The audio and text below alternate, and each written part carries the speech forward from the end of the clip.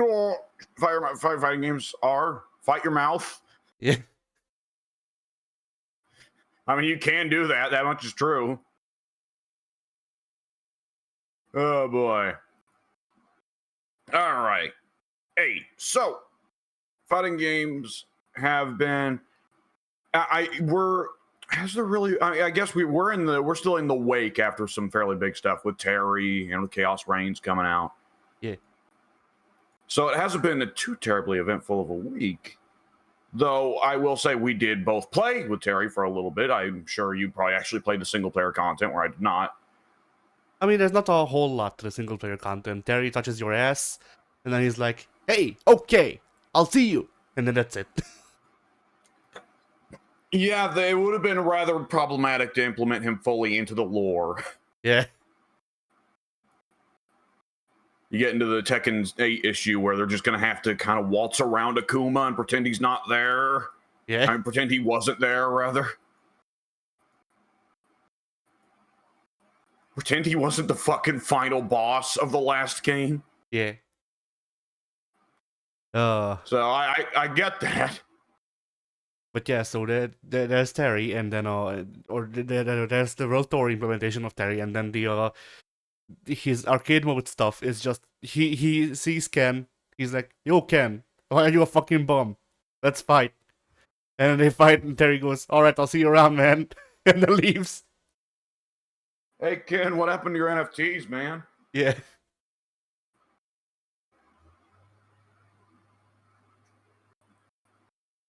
On the Chaos Reigns front, I've still not looked into the story at all.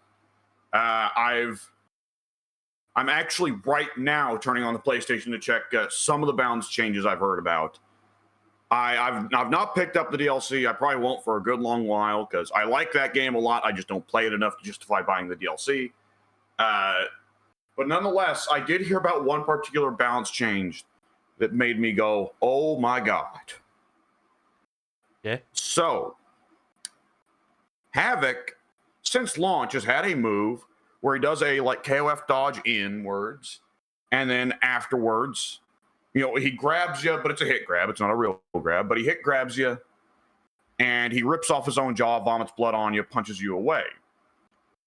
And if you meter burned it, what it does is it will make a little blood like tentacle connecting Havoc to the opponent. And if you did that move and then did the input again while the blood tentacle was still running, Havoc would snap his own neck, and this would cause the opponent to snap their own neck unblockable. They couldn't do anything to stop it, right? Yeah. So it could be used as a combo starter, but it had like really intense combo scaling to make up for the fact that otherwise you could probably hypothetically just make an infinite loop, right? Yeah. Well, they decided that wasn't good enough. So now when he does that little enhanced version of the neck snap, now what that does is not only is it still an unblockable combo starter, it gives Havoc a really huge damage buff. We're talking, my understanding is, though I've not looked into it personally, but my understanding is we're talking old school fucking days of Ferritor pain and gain. Could be wrong. I'll check it out myself in a little bit. However, it also applies a debuff to Havoc that is fantastic. Do you know what it does? What? Inverts his fucking controls and his buttons. Nice. So Havoc just has to he gets this crazy buff on his weirdo move in exchange for the fact that Havoc players have to fucking learn how to play their character two different input styles for the same fucking moves. Nice. That's the shit that I think is really special about Mortal Kombat 1. And, I just wish there wasn't all the other DLC rigmarole tied to it that makes everybody think the game's shit. Because this is really cool stuff. This stuff and whatever the fuck Geras is doing in the corner, putting the fucking opponent in Groundhog Day and some shit. So there you go. There's a little bit of Mortal Kombat news. Like I said, I will be playing it while recording because I was too lazy to play it earlier. But If I see anything, I'll mention it. If I don't see anything, I won't mention it. Let's get back to Terry though, because Terry's pretty important. Yeah. Well, Terry is weird. Once again, Fatal Fury Terry, not KOF Terry, so no KOF dodges yet. No. But, you know, once we get Kyo, maybe. It is such a fascinating question. I don't think we're ever going to come to an agreement on it. Though this leaves me questioning, like, Terry, I've played enough Terry across many games to have a decent idea of, like, okay, I recognize that Terry move, I recognize that Terry move. I don't think there was anything too crazy. I don't think there was anything I saw outside of Supers in SF6 in Terry's moveset that wasn't like, yeah, he didn't have that before. He never had that in KOF or Fatal Fury. Like, even the little crouching medium kick into heavy kick thing, that's just a normalized version of his old slide special move from Real Bout. Yeah. I mean, even his supers, the only super the only new super he got is his level 3, and I think he used it in one of the KOF animes.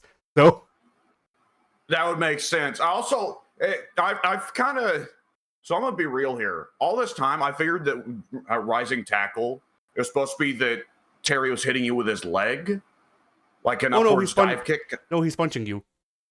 Yeah, he's punching you. I did not make that connection until I saw the super where, yeah, Terry's just punching you while spinning in midair, upside down. Yeah. Like it's just a spinning back, like, multiple spinning back fits with theatrics. That I think Taku is. Well, one's a spinning back fist, but the other's a spinning clothesline, really. Yeah. But yeah, that's pretty. The thing is, I'm not a big Mai Shiranui guy. I like Mai. I play her from time to time. I'm not a Mai guy, and I know you're definitely not a Mai guy. Yeah. So what the fuck is her moveset gonna look like? Because we don't know. Like, there's the iconic Mai moves we know. There's the fan throw. There's the little flamethrower from the skirt. There's the cartwheel into elbow. There's the diving elbow. But what the fuck else is she gonna have? Because Terry has a lot of stuff. Hurricane Rana. Well, that's probably gonna be her back throw, yeah. Oh no, she used to have a command throw. Oh shit, yeah, that makes sense. KOF had its periods where it gave everybody but Terry a command grab. Yeah, my used to have a Hurricane Rana that was basically just her like jumping elbow sprite flipped. So there's a decent chance Street Fighter 6 will make it like where she can cancel the cartwheel into the Hurricane Rana instead of the elbow then for a strike throw mix-up. Yeah, maybe. Well, that's going to be fucking brutal.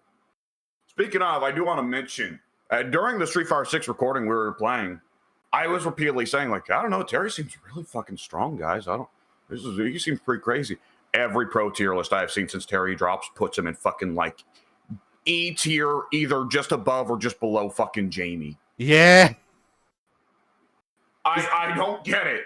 I can see why Jamie is at low tier, because, like, he's so reliant on the drinks to do literally anything. How is Terry supposed to be that bad? Come on. Terry is very minus. Yeah. Terry is very minus, and Terry is nothing but gimmicks. Like, unironically. You know, I love Terry in SF6 even. But, like, once you figure out how to counter Terry's couple of moves, then he is very punishable by everything.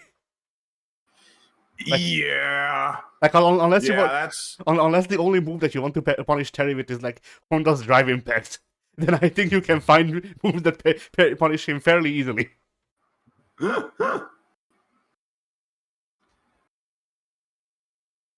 Yeah, that's. I guess that's not really a problem for the way we play, because none of us play seriously enough for frame data to really be that big of a thing. We don't really know the punishable buttons unless it's the really obvious ones. Like, generally, most overheads. Yeah, and like most of Terry's overheads. Yeah, like most of Terry's most of Terry's everything that you want to use with Terry is very minus. Like he has the launcher combo, and like I forget, I think it's middle kick, heavy punch, or no, maybe I forget. Whatever, fuck it. But you know what I'm talking about. You figured that one out. I figured that one out. Everyone figured that one out. That one is you can block the first hit, and before Terry does the second hit, you can throw him. His Shoryuken, or rather, the Raiten Taku, every version of it is throwable on block, if memory serves. Is that not the rule for most Shoryus? Yes, I'm just saying that it's not different. Rising Tackle has never been a good Shoryuken per se. Yeah. Burn Knuckle also. It's generally speaking, he has to put in the trouble of the flash kick without the super benefits of the flash kick. Yeah. Burn Knuckle, the light one is safe, but you want to use the heavy one because the light one has no range. So like unless you're literally in jet distance, you don't want to use the light one. And the heavy one is also throwable on block. Yep. And then let's see what else he has. The side switch combos that he's supposed to have only trigger off of hit, so that doesn't really make a difference. Yeah, once you've already got that first hit, it's really better to just do something that does a combo instead of trying to mix up the guy who's already been, fucking poked. Yeah. And then he also has a different different combo on like medium punch, heavy punch, or something like that. He has a string on that, and that one is also throwable after the first or second hit if you block them. So yeah. So basically, the game plan against Terry is block, throw, repeat until Terry is dead. At least that's my experience. Terry just has a bunch of target combos that are really only supposed to be used when it's a stun or a punish. Yeah. That is fairly brutal. It's kind of funny because it means Terry's actually got a lot of rough. Terry seems kind of rough to go on offense with, which is funny because you compare it to KOF, where KOF is renowned as one of the more offense-friendly fighting games. Yeah, I mean the major difference is that Terry is like this in KOF too. Yes, Terry also has dodge rolls in KOF. Well, yeah. Like if this Terry had dodge rolls, then he would be like double S tier. Regardless of how minus he is, The thing about dodge rolls is, come to think of it, the dodge rolls, not like Street Fighter 6 has had a general philosophy of not having anti-fireball buttons that hard, right? Yeah. You've still got Lariat, there's still a couple tools, but nothing near the craziness that was Street Fighter 5, where everyone had a button that effectively turned off fireballs. I wonder if they did KOF characters, even if they did bring in like Kyo and I don't know who, Kula, let's say, would they really go for dodges being as they are in KOF, where they can so effectively just go straight through zoning and ignore it? I mean, on one hand, I would hope so, because that's a big part of those characters, in my opinion. But I'm not sure, because Rashid has a dodge roll. It's just also punishable on read, or not on read, on fucking activation. There we go. Does Rashid's KOF roll go through fireballs? Yes. If memory serves, it does. I didn't know that. But only like the middle frames. The first couple and the last couple of frames are hittable. Back when Ken had a roll, back in the alpha days, that one didn't go through fireballs, did it? It went under them. Well, yes, but there were still a few low fireballs in that game. Fucking Sagat. I don't remember if low tiger shot beats the roll. I don't think it does, actually, because Akuma also had it, and if memory serves, I have dodged low tiger shot a couple of times. It was, however, I will also say that those times that I remember doing that, it was also kind of a thing of like, okay, did the tiger shot just not touch me? did I space it out just right so that I rolled like past Sagat's hand? Yeah, the screwy hitboxes, yeah. Particularly Alpha is still around the time where hitboxes did get a little bit weird sometimes. Yeah.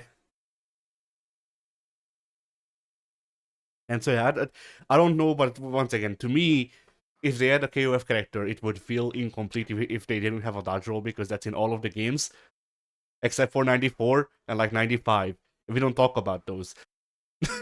Yeah, that's... Oh, God. I could see them doing spot dodge and not dodge roll. I could totally see them doing that. I hate that so much.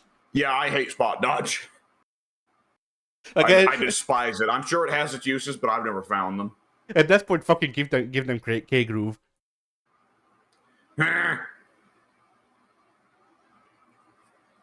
At least at least yeah, go ahead. Kyo, Iori, Leona, those are all KOF characters that I could see them going like, yeah, they can use the dodge roll, sure. But you've suggested before, well, if they're going to have a male representative and a female representative, for KOF, your top female representatives probably would be, well, Chizuru's kind of lame, so probably not her. Athena, Leona, or maybe Kula. And between those three, Leona and Kula, I can see both of them using dodge rolls and that fitting into the design scheme. But I could see Athena them going, why would this owner need a dodge roll? I mean, the other thing is that, like, Athena, depending on which version of her they go with, I guess, but they would go with all of them, like with Terry. And Athena has a Shurasenku. So... Oh, God, you're right.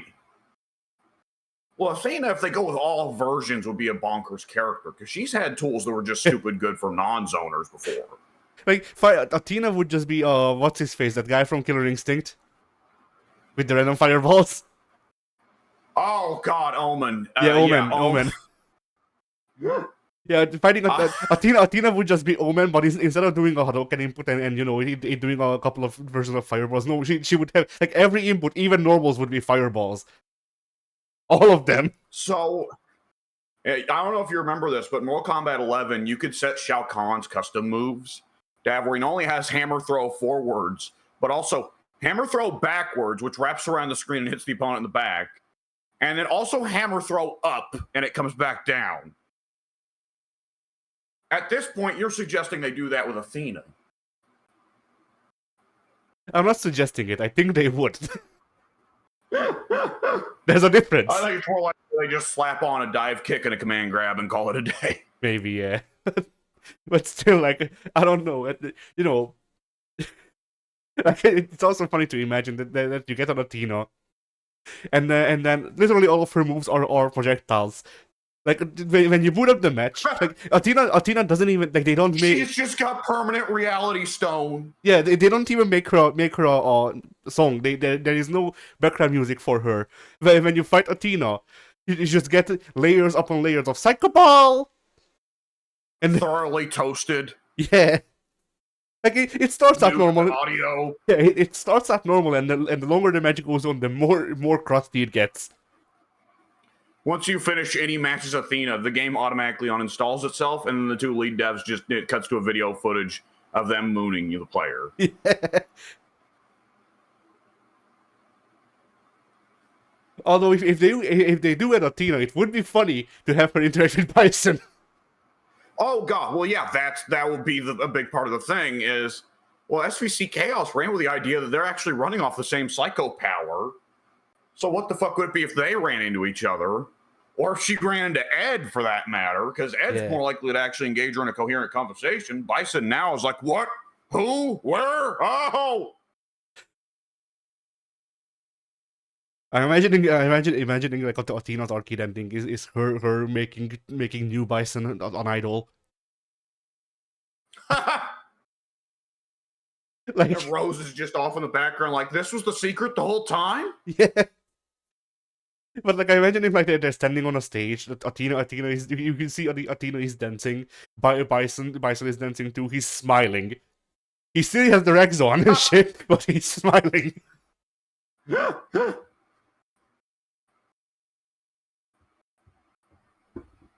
Oh, man.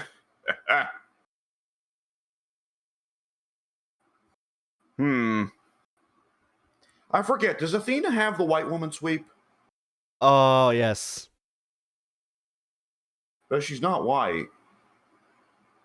She's white in her heart. Then again, Karin's like the icon of the white woman sweep, and she's not white either. Yeah. Why is she blonde? Hair dye. You know, they probably said she was half white at some point. I can see that. Probably something like that. It's unlikely she dyed her hair blonde. She's supposed to be fucking nobility and all that. Yeah. Her hair is gilded.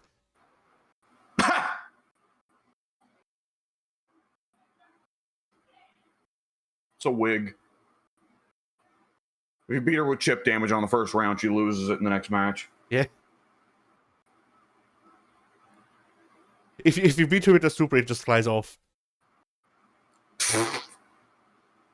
What, like King's shirt and the old Fatal Furies? Yeah. But if you do this, then she gets a damage buff in the next round.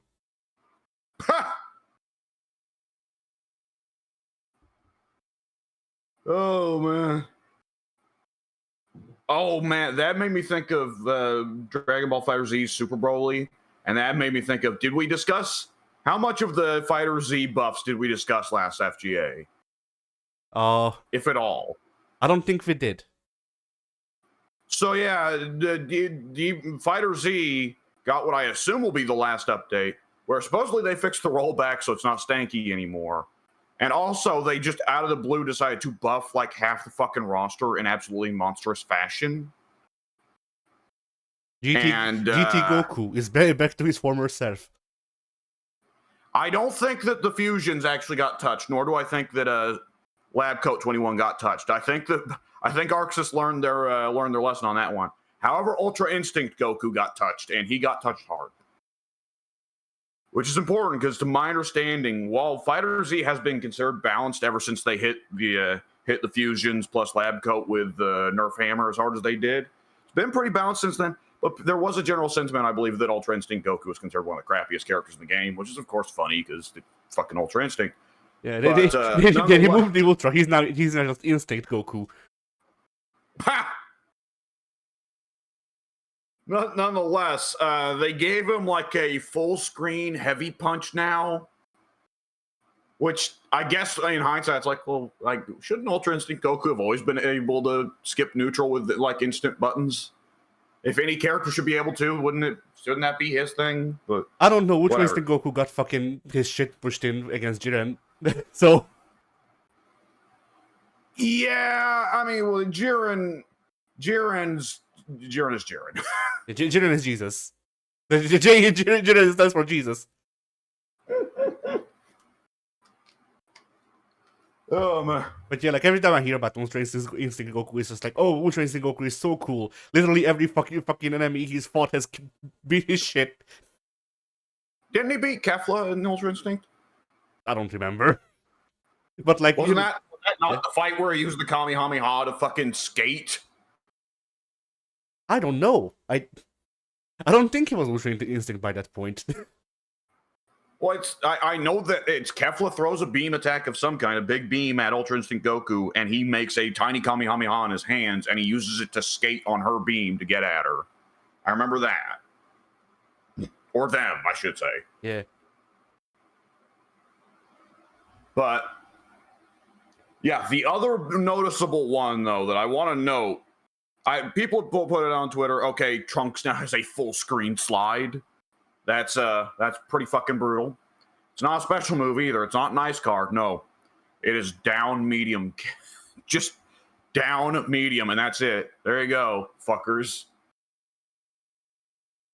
But it's also worth noting, base Goku, no Super Saiyan bullshit at all. Base Goku has a full screen, practically instant command grab.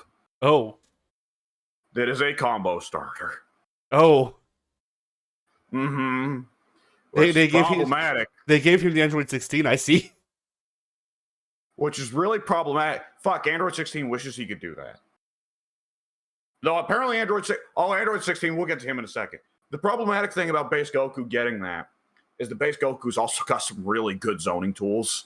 Ah. Uh-huh. Which puts him next to Z Broly in terms of absolutely disgusting zoner who, once he starts to zone you, will then grab you and kill you. I don't know why I thought you were going to say it puts him next to Z-Bro. You know, the Dragon Ball character. We should just call him that Z-Bro. Yeah, Z, that's bro. Meanwhile, the other one is Soup Bro. Yeah. Okay. But yeah, 16. This is the most absurd of them all. I have to hit it. So Android 16 has, since the launch of Street Fighter Z, had the self-destruct super, which is a big, slow, dumb command grab that is as telegraphed as possible. But if he connects it, then it guarantees kills whatever opponent he grabbed in exchange for bringing Android 16 down to 1 health. This was a meme move for like 5 or 6 years, pretty well the entirety of Fighter Z's lifetime.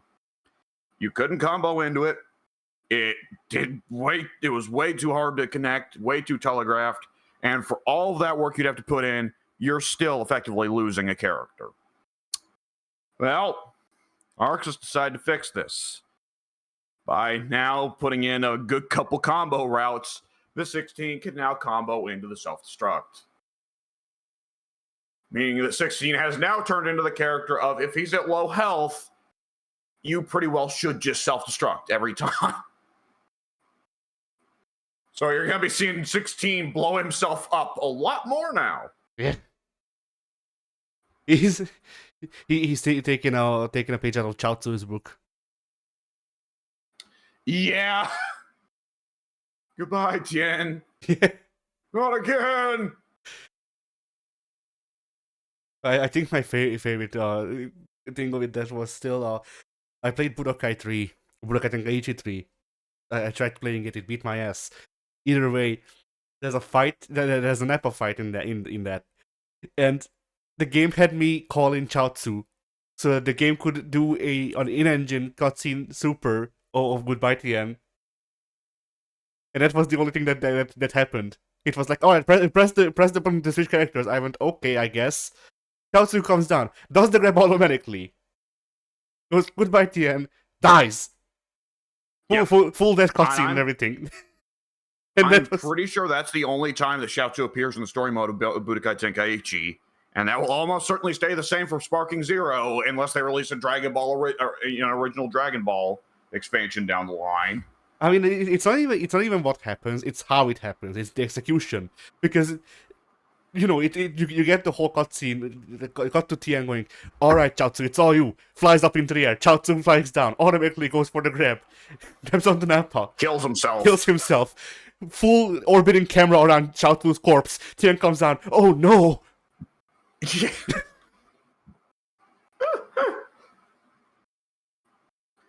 Oh man. Oh god, it's gotta love the stupidity. Yeah.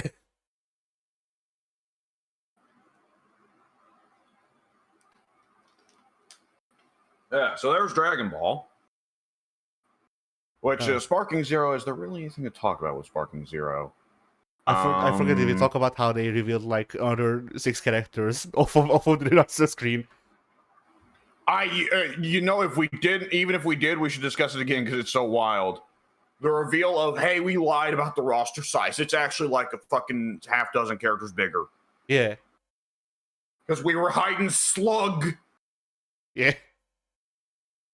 I don't like when people hide their Slug from me. I'm disappointed. Anyways. I'm disappointed they didn't add King Furry. Classic Dragon Ball fighter character. Known for his combat ability. It is another thing we should mention is a lot of the GT characters got in. They slipped up on a few. There's no Nuova Shenron, and that sticks out. But conversely, original Dragon Ball got fucked because we have Kid Goku, and that's it. Which, I mean, if there's anyone you're going to get out of original Dragon Ball, of course you get Kid Goku. Who are you fucking getting here? But nonetheless, it does sting a little bit. Like, oh no Officer Blue, no Grandpa Gohan, no. What was the assassin dude's name? I know the guy. I don't remember his name either. Mr. Akira Toriyama hates the Chinese. Yeah. Where's the fucking Pilaf gang? In Super. That's probably a big part of the answer. Yes, the Pilaf gang, they're going to wait. And they'll have Pilaf gang be as part of like a Super DLC instead of an original Dragon Ball DLC. Yeah. Because we need to I include. mean, I do think that we're. Yeah. Oh, go ahead. I was gonna say like, we need to include that they've been de-aged and the woman character is in love with Trunks, who is right now 8. Yeah. Mm-hmm. I mean, it's a funny alternative twist on GT's whole thing of them trying to wish their youth back and accidentally turning Goku into a kid. But like, did they ever say say that? Oh, not only were they de-aged physically, but they were also de-aged mentally, and they got dumber. Which I mean, that still fit the Pilaf gang. I don't know. If memory serves, they were written like that, but I don't know if they ever you talked about it. You know. Well, Dragon Ball doesn't fucking spell out the story or lore because Toriyama's not trying to build a story or lore. He builds it on accident. Yeah. Toriyama builds muscly men dyeing their hair in real time. And shooting lasers at each other. Yeah. And he only does this because it's what pays the bills. He really wants to write fucking oh shit, I've forgotten the name of it. Dr. Slump. Yeah, Dr. Slump. Where's a Raleigh? Okay. It wouldn't sell, but nonetheless, they should have a season pass that's Dragon Ball original characters plus a Raleigh and fucking shitty dumpy Superman. What's his name? Superman or something like Soap Man or something like that. Super Duper Man. Something like that.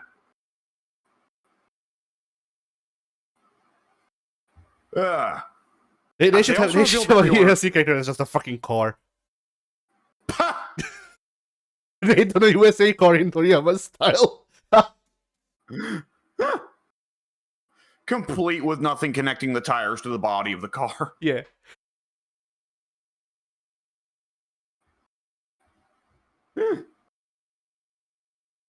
Oh, man. Okay, I think they revealed the pre-order character, but I don't remember who it is. I think it's Super Broly. I know you get Super Broly gets unlocked early if you pre-order, but he's still in the game. Ah. Because it's going to go through the super arcs up until like Mariah or whatever the name is of the goat dude. So that would have. Well, they're also going up to Superhero though, which I don't know if Superhero is supposed to occur before or after the Mariah stuff. Because they've already shown that the first season is going to focus quite a bit on Superhero. They're adding the robot dudes and presumably alongside them, God Gohan and Orange Piccolo. I think or not God Gohan, Beast Gohan. There we go. I think the movies and the show have a different continuities, or at least that's what I read. For the Z movies that's true, but for Super it can't be because Super Broly was introduced in a movie and he's very much part of the Super canon. I think I think the guy who took over from Toriyama, he reintroduces the stuff, but Toriyama never touched his stuff. Basically. So like if Toriyama introduced something that might be canon to the series, but the series was not canon to the movies because Toriyama worked on the movies. Something like that. Yeah, oh God. Yeah. And the funny thing is, like, beneath all that, are we really going to give that much of a shit? Because I still think of Wheelo and Slug and Harudagarn as things that happened. I know there's canon issues with them because all of them have plot holes, if you consider them in the wider series. But nonetheless, because, like, there's some of them, like, what was it? Dr. Wheelo or the first Cooler movie have serious questions of, like, when the fuck is this supposed to happen? Because this doesn't fit into any of the sagas. Yeah. It might have been Slug was the bad one. Because Wheelo still happens fairly early where he could fit somewhat into the Saiyan saga. Though even then, Wheelo is like, okay, Krillin's here. Piccolo's still alive. So the Saiyan saga hasn't come to an end. You know, Gohan can't fight yet. So did the Wheelo stuff happen between Raditz, boy, it couldn't have happened between Raditz and Vegeta because Goku was dead during that time. But Piccolo's here. So, what the fuck? I guess it could have been before Reddit's. Like a week before Reddit's. Yeah, but Piccolo's chill with Goku and Gohan, and he doesn't get chill with Goku and Gohan until after he fucking kills Goku and Raditz. He had a premonition. I mean, in fairness, Goku wouldn't question that, neither would Gohan, but you'd think Krillin would have went, hey. Yeah. At that point in time, he more or less had to be carrying the one brain cell for the whole fucking team. And then he lost it as soon as Vegeta landed. Yeah. And exchanged it for a hot wand. If Pink were here, this would be where he'd chime in with, yeah.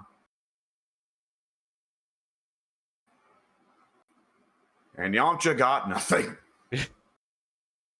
He went to become a baseball star. That's true. I mean, Yamcha's probably richer than anyone other than Bulma. Yeah. Fucking Goku lives in continual poverty somehow. I thought you were gonna say he lives in Kentucky. Which is probably false, but still it's a funny image. Yeah, somehow I can't see Chi-Chi fitting in there. He has a tractor, though. Yeah. Fucking best scene in Dragon Ball Super. I don't know. I'm still quite partial to Vegeta sucking on the pacifier. That's pretty good. Yeah, they're both pretty good. I think I've mentioned before. I also love the one from Super of Whis coming down with Goku, and they walk up to Vegeta like, "Hey, Vegeta, we're gonna go train to fight in space. You want to come along?" "No, I can't. Bulma's in the hospital. Bra's about to be born." "Okay. Well, you want to come up and train?" "No, my daughter's about to be born from my wife." "Okay, what's the big deal?" My daughter is about to be born from my wife." What? And Goku and Whis are just like, "I don't get it." They fly off in space, and Vegeta's just like douchebags. Yeah.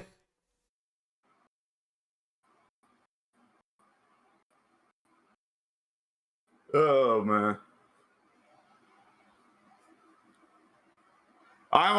Okay, it wasn't intended to be funny, but I find it hilarious nonetheless. Also, that apparently Videl could go Super Saiyan only while she was pregnant with Pan, just because that's so fucking stupid. Yeah. Well, does that also confirm that Pan can go Super Saiyan and GT just never went through with it? I guess so. Pan gets really awkward in Super if you try to consider that. There's nothing. I don't think there's been much that explicitly says GT can't happen, except for the fact that Goku doesn't use any of the forms he gets there, and none of the super characters appear. But it's one thing that really leads to the idea of GT happening after Super making no sense. Is isn't Pan stronger as a baby in Super than she was ever as a teenager in GT? Yeah, Pan was balanced too. Pan was balanced in GT. They nerfed her. Yeah, and doesn't baby Pan kick the shit out of a bunch of people in Super at different points? Not in the parts I watched. Need I remind you that I stopped watching it during the Tournament of Power because of Jiren? So Oh yeah, that would have been actual tiny infant Pan. that is literally straight out of the womb Pan. Yeah. Apparently still capable of some degree of Super Saiyan though. That'd be a twist. Yeah. I'm pretty sure there's a scene though in Superhero where at some point some robber kidnaps Pan and Piccolo just looks at the robber and goes "You have no idea what you signed up for." And tiny fucking toddler Pan flies out of the robber's arms and just kicks him into a fucking wall. Oh man, Dad Piccolo was the best. I think we can all agree. Yes. Dadalo.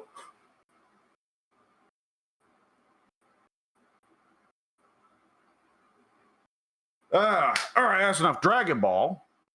Let's see. Well, let's go back to Street Fighter, actually, because while we talked about Terry, we didn't talk about quite as much as we probably should. So next up is Shiranui. I nearly called her May. What's wrong with me? Mai Shiranui. So we can reasonably guess she was listed as winter 2025, yeah? I think so. So months of October, November, December, nothing.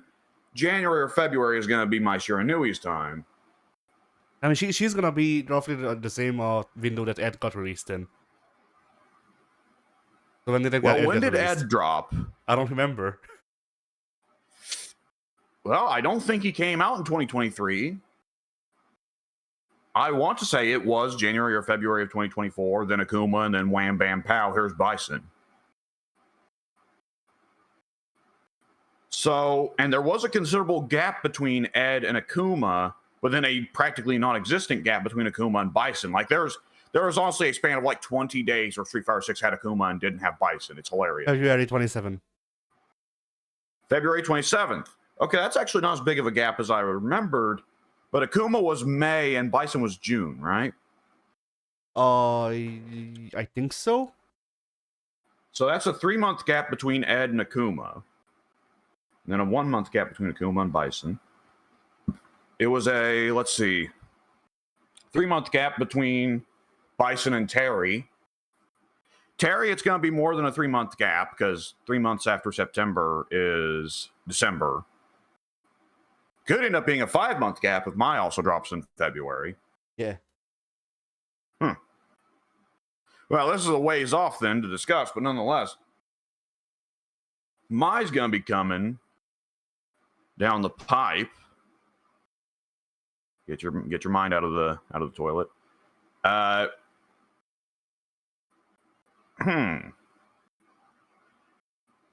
They said two maps are coming with this season, right? I don't know. I thought they said that. There were 2 maps with the last season, right? Yeah.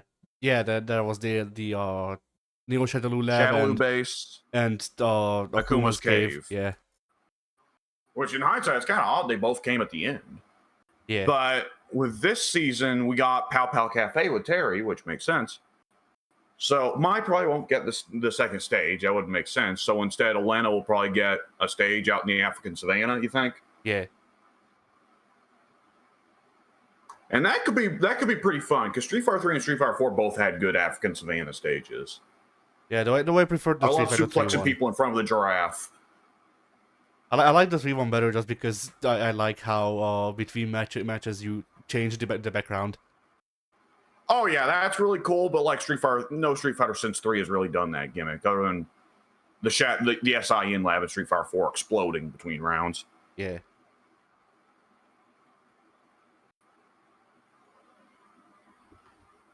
And this will probably be the first time they're doing an African Savannah stage ever since they introduced special stage knockouts. So you could get suplexed by the giraffe this time. I don't think they have special stage knockouts still. Do they not? Am I getting it mixed up with 5? Yes. I guess that would make sense, yeah. If I had the stuff where if you hit someone with a heavy attack, then they get like pushed in the sarcophagus on Nash's stage and shit. Right. Yeah, and that happened every fucking time. Yeah. And the Brazil stage, you would get knocked through the merchant stand and get a banana on your head, and the India stage, the elephant would throw you around. Yes, on the London stage, I think you would, or no, it might have been China. On one of the stages, you would like get thrown into a bus and ferried off.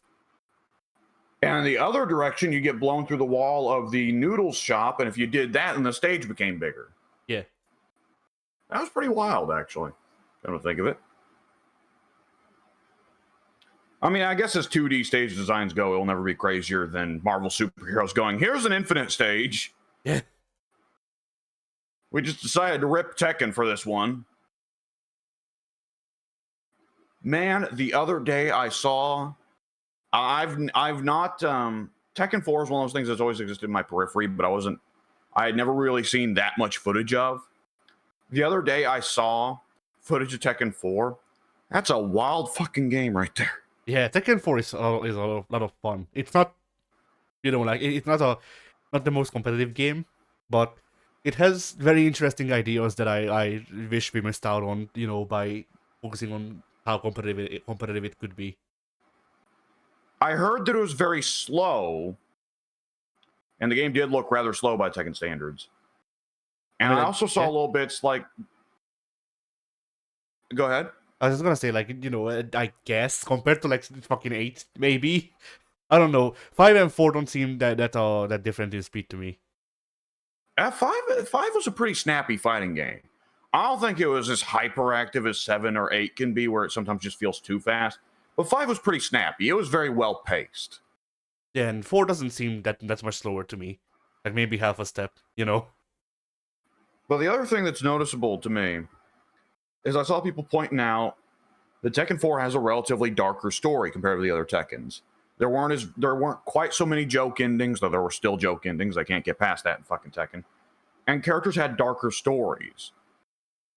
And what I noticed looking at this, and I also, of course, the really weird stage design, looking at all three of these elements, what I'm looking at it and I'm thinking is, so Tekken 4 was Tekken trying to reorient into being Soul Calibur. Yeah, maybe. Because Soul Calibur had a dark story up until about 4, had weird stages up until about 4, and had more slow-paced 3D fighting with big buttons. Again, up until about 4 got weird. I don't know. 4 is just weird. I could never get 4's pacing down. It just felt simultaneously too slow and too fast at different points, Yeah. I never played 4, but yeah. Oh, shit. I thought you had. Right, Pink's the one who has played Soul Calibur 4 and has agreed with me before. Yeah, Soul Calibur 4, I'm not sure how many fighting games series have really just had one big game that fumbled the ball and then no sequel afterwards was able to pick the ball back up. Bloody Roar. Yeah, but how many games did Bloody Roar have? I thought only 3. 5 plus. 5. Shit. 5 plus. I think there was an attempt to revive it on the original Xbox after 4 killed it, and no, it didn't work. So when did they drop the ball? 4. 4. Okay, so there are 3 good Bloody Roars. How long did they continue after 4? They had 2 or 3 games, or no, 1 or 2 games after that. Like it was 4 fumbled the ball so hard. Like Bloody Roar was already on the way out, and then 4 fumbled it so hard that they couldn't really get people to fund sequels. So actually, Bloody Roar and Soul Calibur sound like they have relatively similar stories. I don't know how much they fucked up the actual like narrative in game.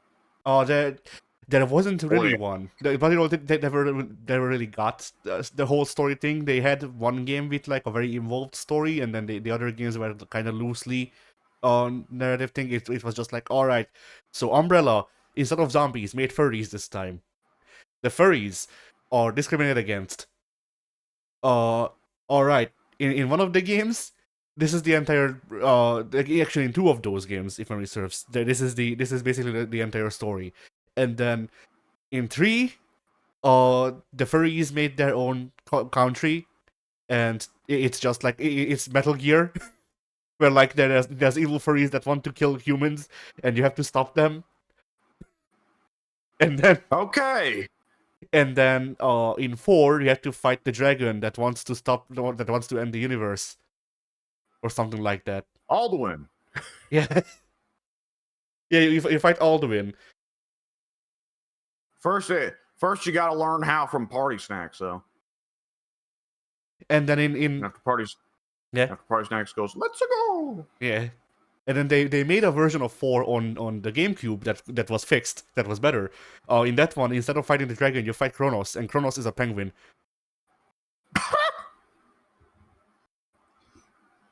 And I don't know. Does he fight Scorpion from Mortal Kombat 3 for the title of Best Fighting Game Penguin? I would say so. Like that depends, I guess, because the thing is, Kronos has three forms. Most characters have 2. They're human and they're animal. Kronos has 3 forms. Kronos has weirdo guy, penguin, large bird, Like not Big Bird, just I see. a bird of sizable stature.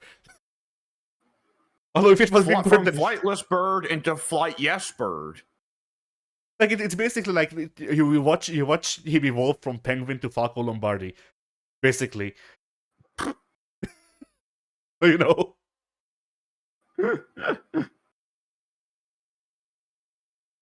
And then I don't know anything about the Xbox One because I have only seen footage and it looked, decent, just not enough to sustain an entire series. How many good fighting games did the original Xbox have? Soul Cal 2. Let me look at the list of Xbox fighting games. Though I would say Spawn is the least of the crossover characters. I still think Spawn's a neat crossover character, but compared to Heihachi or Link, eh. Other than that, though, we're talking what John Tobias went on to work on when he left NetherRealm. Midway, which was dog shit. Yeah, Big Booba, the fighting game. All right, so apparently, I did forget about this. The original Xbox has the best version of DOA 2. Oh, DOA used to be an Xbox franchise. That's right. Yeah. Okay, that is a big bit in its favor. For every bit that we're not DOA guys, because the booby. At the end of the day, DOA is a solidly built fighting game franchise up until 6. Yeah, see the like the stinky thing about this too is that like DOA is Diet Virtua Fighter, but I like it better than Virtua Fighter. So like it's got a bit more personality to it. Virtua Fighter's kind of cornflakes to me. Like, yeah. Okay, is it the healthiest? Probably. Virtua Fighter is blend to stop you from masturbating. I guarantee you that is not the case. There are some motherfuckers that are horny for Vanessa from Virtua Fighter. Yeah. But yeah, so yeah. What was I gonna say? I mean, the Virtua Fighter cast is always more interesting when they're thrown into a game that isn't Virtua Fighter. Yeah. And also, I think... We've talked before not only about how much cooler they are in DOA 5, we've also, I'm pretty sure, talked about how much the DOA cast would be cool to see crossover into fucking Tekken. Yeah. But, Virtua Fighter, I mean, I'm sure I'll plug in Virtua Fighter 5 again someday and be like, yeah, this game's really cool. But it just don't sing for either of us, you know? Yeah. And I think there's something with my liking DOA better in that I played DOA first. I played the first DOA. You know what sets the first DOA apart from literally every other fighting game I've ever played? What's that? So the first DOA has infinite stages. It still has ring outs, but instead of getting a ring out, if you go out of bounds and you do a combo, the other guy blows up. And you can juggle them once they get bounced off of the ground before blowing up. Oh my god, I was thinking actual fatality exploding. I knew Kasumi was a killer, but Jesus. Because Kasumi is a killer because she will do a fucking roundhouse kick, throw you out of bounds, do a ring attack, do like a 5-hit combo on your course that's in the air, and then do a fucking air grab. So well, she kills that Raidu dude super early in DOA's plot. How many fighting game characters killed the final boss of the first game? Fighting game protagonist. Because even Mortal Kombat, the first Mortal Kombat, Liu Kang didn't kill Shang Tsung in the first Mortal Kombat. He killed technically, I guess. He does kill Rugal. Rugal gets better, but still. I'm pretty sure Kyo also killed Orochi, didn't he? Oh yeah. Yeah, he did. K-Dash, I believe, did kill all of the clones of him, though that gets screwy because it's it's just K-Dash killing clones of himself. Yeah. That, in a sense, that's just suicide. Yeah. Ash Crimson killed his father? Ash killed lots of people, including himself. I don't think Ash's ethics were ever in question. That's a big part of why Ash is so controversial, is because he's kind of a douchebag. Absence makes the heart grow fonder, though. I don't ever hear people complain about him being in 15. So, that's nice. I still see people complain about him being in 15, but I just go, shut up. Who cares? Yeah. Street Fighter, I don't know, it almost feels like Ryu killed Bison on accident in 5. Yeah. Which he didn't. It's a part of the story that he didn't. But, like, the fact that Ryu never killed Bison before that. How did Bison's alpha body die if it wasn't Nash? Food poisoning.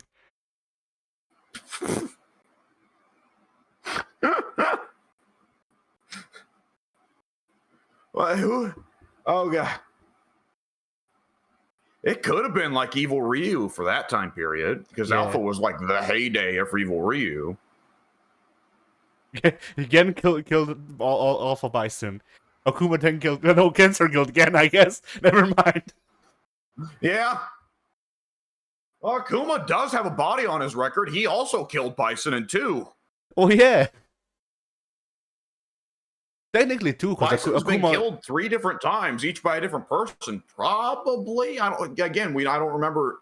Because my memory is that the Alpha Bison died to Nash, but that's not the case anymore, because Street Fighter 5 made it where it was the Alpha 2 ending was canon for Nash, and he was gunned down by his own side. Alpha Bison was killed by Dark Sakura. That'd be really fun.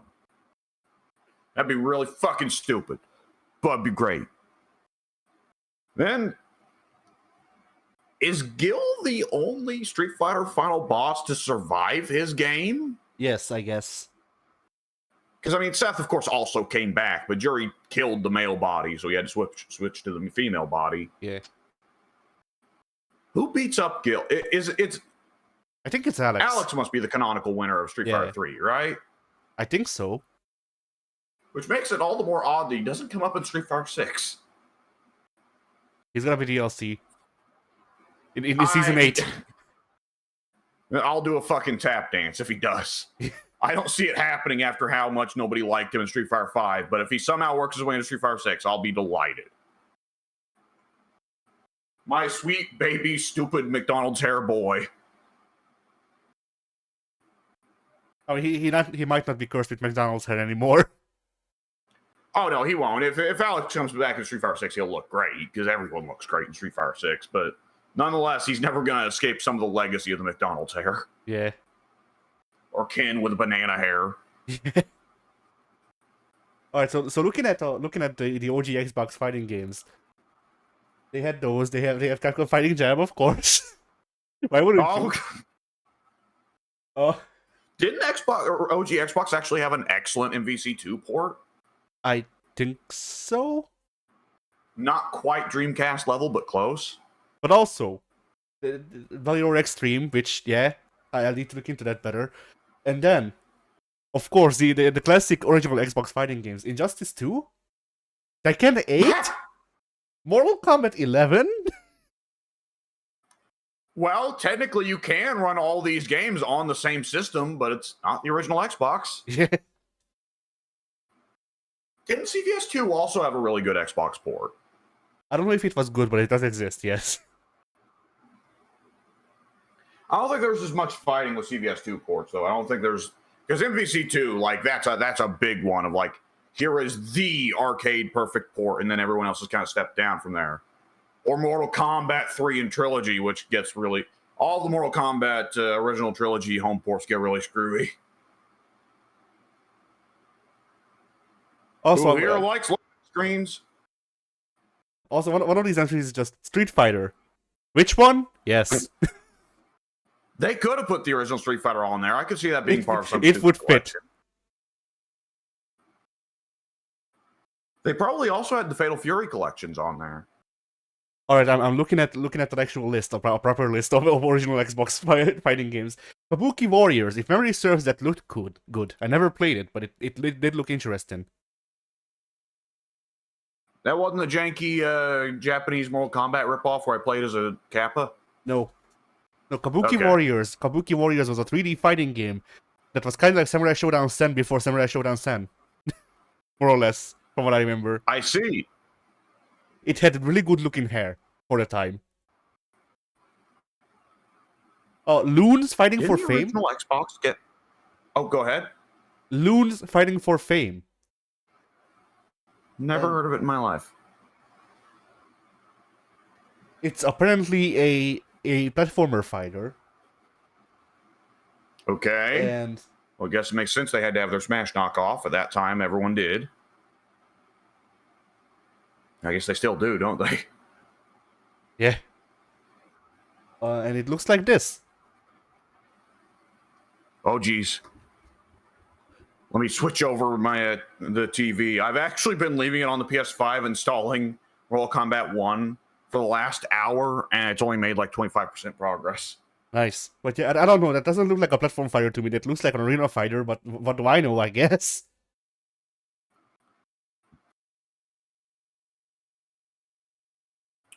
Wait. I might have played this? Was it on PS2? Oh, I guess I can check it out. I don't remember it being on the PS2, but maybe. I played a Tom and Jerry There was arena fighter at one point. There was a separate Tom and Jerry arena fighter, yes. And my memory was that it was really bad and crashed a lot. And it's bad when you as a kid notice a game crashing a lot. Okay, no, Loon's Fight for Fame is an Xbox exclusive. And it's just called Loons, not Looney Tunes? Yes, just Loons. Also, why is Sylvester the Cat a fighter? Why not, I guess? I mean, you need to fill out a roster, I guess, but I don't think a Sylvester the Cat is a fighter. It should have been Gangster Tweety Bird. Tweety would fit better. Tweety abuses Sylvester. True, I guess. Oh, X-Men... Bugs... Yeah. What? Bugs, Daffy, Taz all make sense. Fuck Sylvester? Whatever, I digress. What you were saying? X-Men Next Dimension. Just the one. Yep. Mm-hmm. Yes, I do remember that being on the original Xbox, as well as PS2. Not a great pick. I do think that that's a fun fighting game, but it's not a good one. Kakuto Chojin. That Kelly Brutal. I think I've heard of it, but not the sort of name I would expect to exist on the original Xbox. Oh, this is it! This is John Tobias! This is the Booba! Oh, I'm pretty God, sure. What was the name of that? Kakuto Chojin. That Kelly Brutal. Oh, for fuck's sakes, why would he name it that? I don't know, but look at these character designs. There's also a lot of John Tobias can speak fucking English. He has no problem naming a game. Oh, God. Okay, so on the left, we've got a knockoff Rumble Rose's character. And on the right, we've got a knockoff Psyops character. Then for this one, we have... Is that Zach from Dead or Alive versus Christy Montero, but white? There's also just a guy who's a horse? Or at least that's what it looks like to me on this image. He looks like a... Okay, so on the left here, we've got... What if Jin and Jin and Hwarong finally consummated their long-running sexual tension and had a gay baby and gay butt baby, or whatever Iron Sheik would have called it. And also he's 40. And on the right, we've got the professional wrestler Hayabusa if he was really fucking lame. I don't know. Apparently this was made by Dream Factory. Do you know who Dream Factory are? Because I don't. Nope. The game was also known for the name Tobias. Yeah. I was just gonna say it just sounds like the name that John Tobias would have made after Midway. But what were you going to say? That sounded much more important. The game was also known for its controversy surrounding religious content and its recall from it. Okay, I need to read this.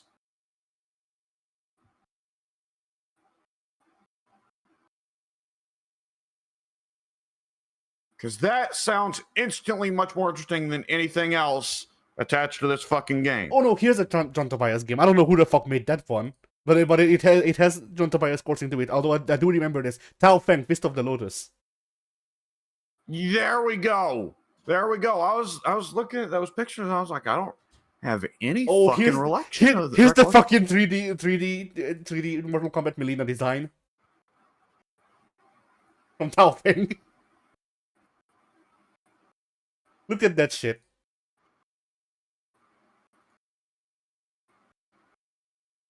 Oh, good lord. You know, if Pink was in this car right now, he would be screaming at the top of his lungs. I'll give credit where credit is due. That's actually a very high quality model for that console generation. But Yeah. hang on, wait a second.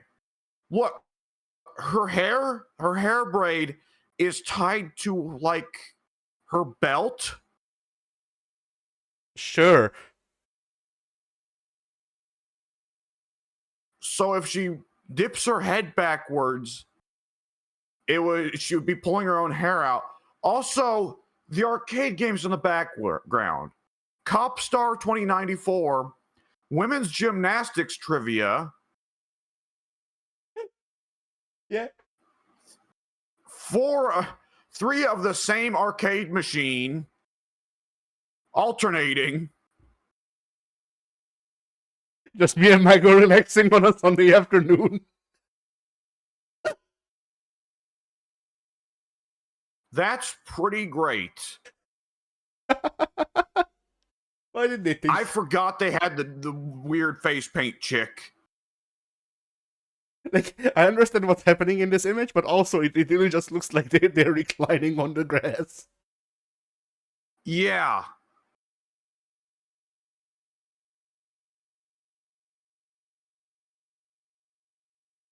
Also, they're fighting around the fucking Event Horizons engine.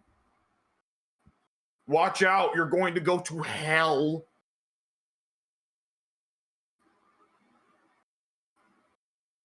Why is this in the middle of an otherwise unassuming Chinese, like, monastery? Who put this sci-fi bullshit here? John Tobias. He personally went there and installed it.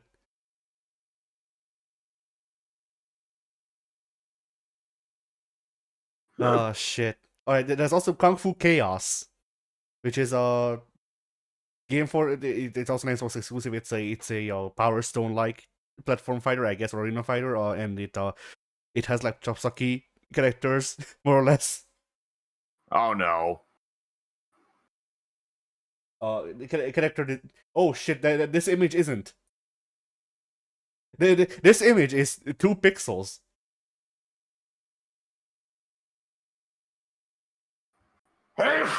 Bless you. There, that's the best quality I could get it in. Oh. Well. Is that supposed to be a shotgun in her hand? Maybe. Here's gameplay. It looks like a beaten stick. Oh my good lord.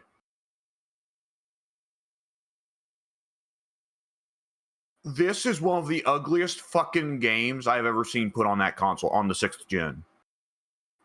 And then this, oh shit, this image also isn't. What the fuck? Alright, I guess I'll do it this way again. Is that samurai character just fucking John Belushi from what? John Belushi would do skits where he parodied Toshiro Mifune on SNL, and he looks quite a bit like John Belushi to me, albeit a very unflattering portrayal, which is crazy because John Belushi was an ugly man. So how you make an unflattering portrayal of a dude who's already pretty fucking ugly? I don't know. Then again, I don't like him, so I'm probably not being generous to him. Yeah. So that's gameplay. Also, Bloody Roar Extreme. I was misinformed, I guess. Bloody Roar Extreme is the Xbox port of Bloody Roar 3, so that means I played it technically. Bloody Roar 3 was good.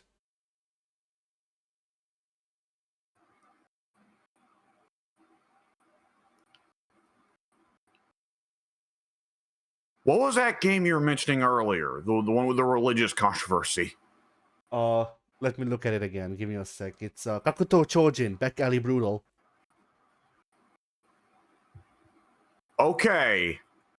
I need to look this up because now I'm just curious what the fuck it could have done. Celebrity Deathmatch.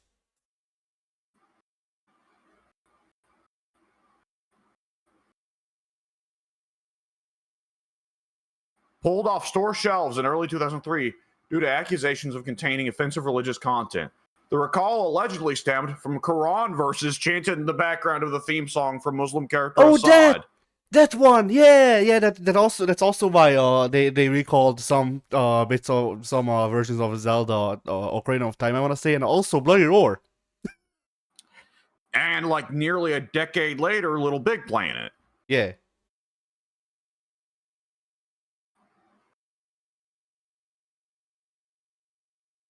I think Bloody Roar Extreme has a different soundtrack to the original, and it also featured that, and that also had to be like recalled and patched. Oh God! According to Go ahead. According to a Microsoft spokesperson, the company was pressured into destroying unshipped units of Kakuto Chojin containing the chant and attempted to reissue the game as an amended product. However, many uncensored copies still inadvertently made it to retailers. This included locales in which such material is particularly sensitive, like Saudi Arabia, where the Nice. issue became headline news. 3 months later, the Saudi Arabian government formally protested and forced Microsoft to withdraw the game worldwide. Also, this game got a 2 out of 10 from Edge magazine. Not hot enough.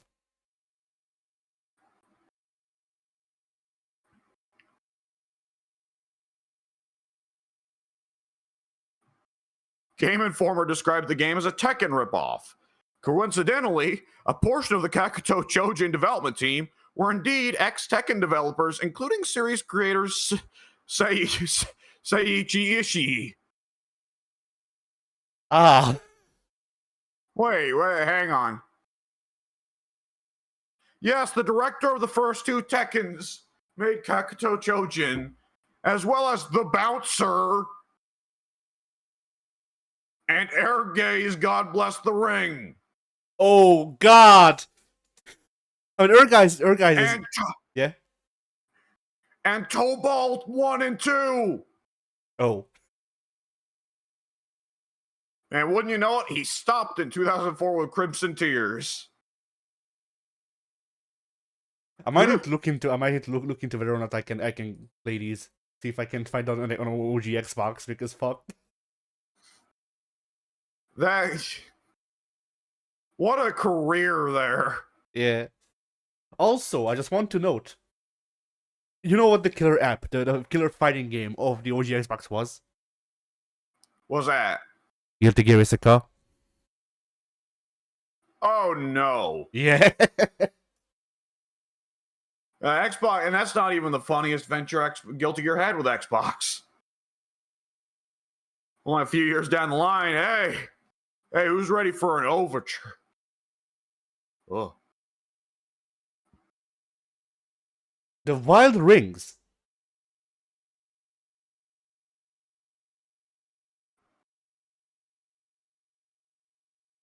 Oh, it's... Lord, that Kung Fu Insanity or whatever game is just so fucking ugly. Oh, yeah.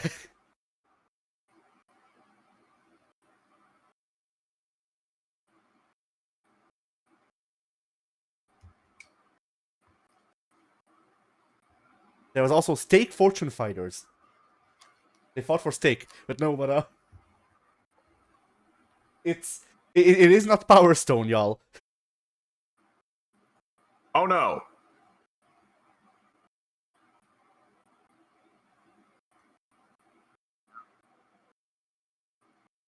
Oh yeah. I like that there's a fucking mini map. Yeah, you'll need it. Oh my god, that lower right portrait is honestly like they traced Chun-Li's face onto it. Yes.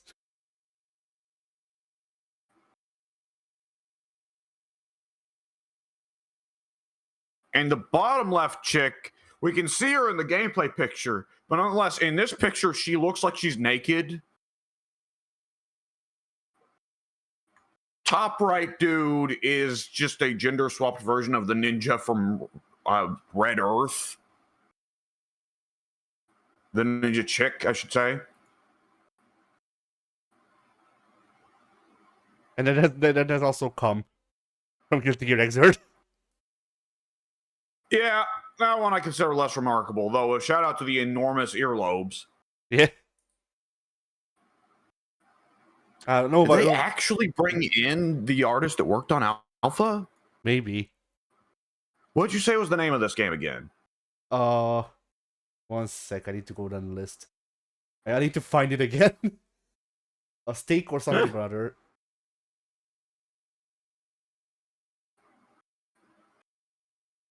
Steak Fortune Fighters. Steak as in the food, or steak as in what you run through a vampire's heart? The vampire one.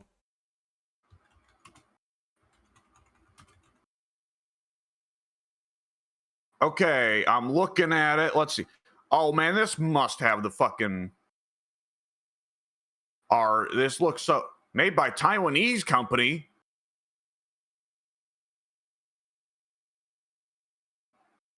Oh, I wasn't expecting that.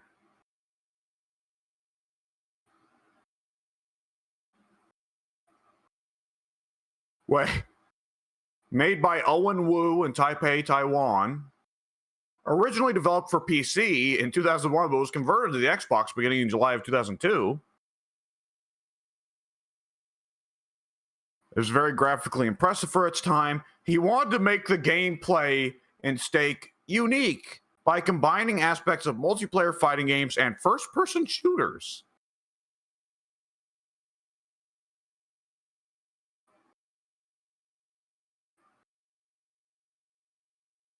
I suppose so.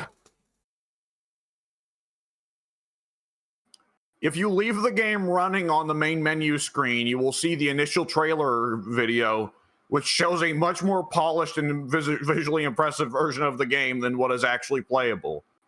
Watch Dogs! Yeah. Alright, here's an image of Kronos from Battle Roar, by the way. I do want to note real quick before we move off of steak. Steak dinner, delicious. GameSpot gave it a 3.6 out of 10. IGN gave it a 2.3 out of 10. Believe it or not, we found one of the fabled games that's worse than God Hand. You left out that he's an emperor penguin. Oh, yeah. Keeper of Time. That said, he does look very stupid. Oh, he's great because he's Odd Job. Oh no, he's actually that small. Yes, and so here's the thing. I played through Bloody Roar with Hugo, who is the protagonist. Hugo is a boxer. Oh. Yeah, the Steve Fox versus Eddie Gordo problem. Yes. And unlike Steve Fox, Hugo, like, Bloody Roar didn't get didn't go long enough for them to realize, hey, Hugo might need some low sweeps with his punches. You know? He has a flip kick, but each game they made it harder to do. So. There's also Barbarian on the Xbox.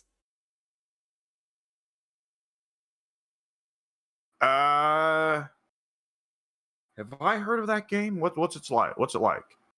Apparently it's like Power Stone. It's on the Xbox, PS2, and GameCube. I forgot how many Power Stone ripoffs there were. Yeah. Oh, I literally cannot find images.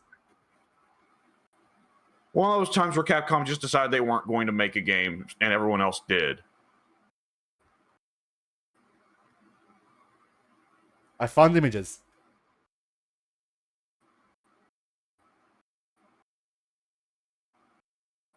Here you go. Okay. Apparently in Japan this was a tying game to some anime.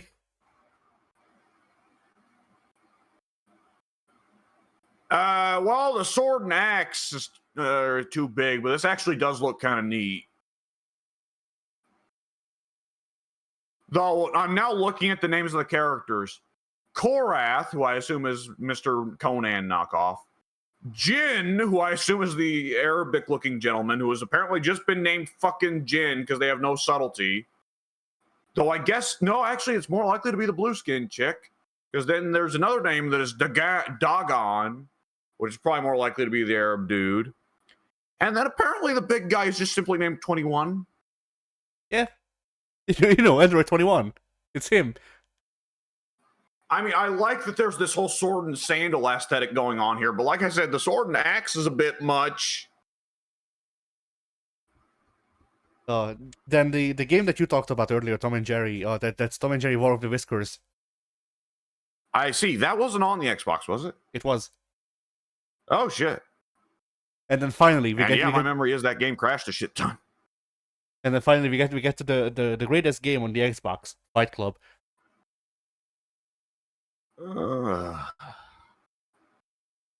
Look at this image. I don't even like when people mention the movie, let alone the game. Oh, good Lord. When the Starbucks coffee hits. Yeah. That guy is actually getting beaten up by a Starbucks barista. Yeah, there's another image from this fight. Also, shout out to the fact this dude has all these bones, but he only has one internal organ. Yeah, you only need that one, right? Apparently, this is Nikki or Ricky versus Mechanic. Look at the stone dead expression on the face of the barista. Yeah, this is just a part of the job. He works at like fucking IHOP. Or Waffle House. This is in Waffle House. Also, shout out to the stone dead expression on the face of the guy who is being punched in the jaw right now. But yeah, he's currently doing the internal monologue.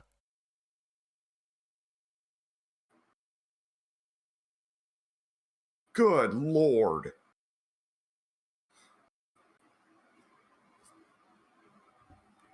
Oh man, that was quite a time for crappy movie adaptations. Yeah. Alright, well anyway. You put that one next to The Matrix and suddenly The Matrix looks like a... Well, no, it still looks like shit. But at least it's a more amusing fighting game adaptation of a movie. Yeah. Though the fighting game mode is locked behind a cheat code. All right. Yeah, all right. Anyway, so there you go. There's the fighting game history of the original Xbox. I mean, there's a few winners there. There's a lot of stinkers, but I mean, if we looked up the fighting games on PS2, there's going to be a lot of stinkers in there too. Yeah. PS2 had a lot of games. How did we get here? I forget. But either way, I guess to move on to other news topics. Darkstalkers are not dead. They're in Street Fighter 6 in a battle pass. Yep, the Bart and Lisa coming in. Bart's dead meme here. Yeah. Yeah. I mean, I'm not going to buy these cosmetics. I don't fuck with avatars at all. But it is at least like, well, it's content. Yeah.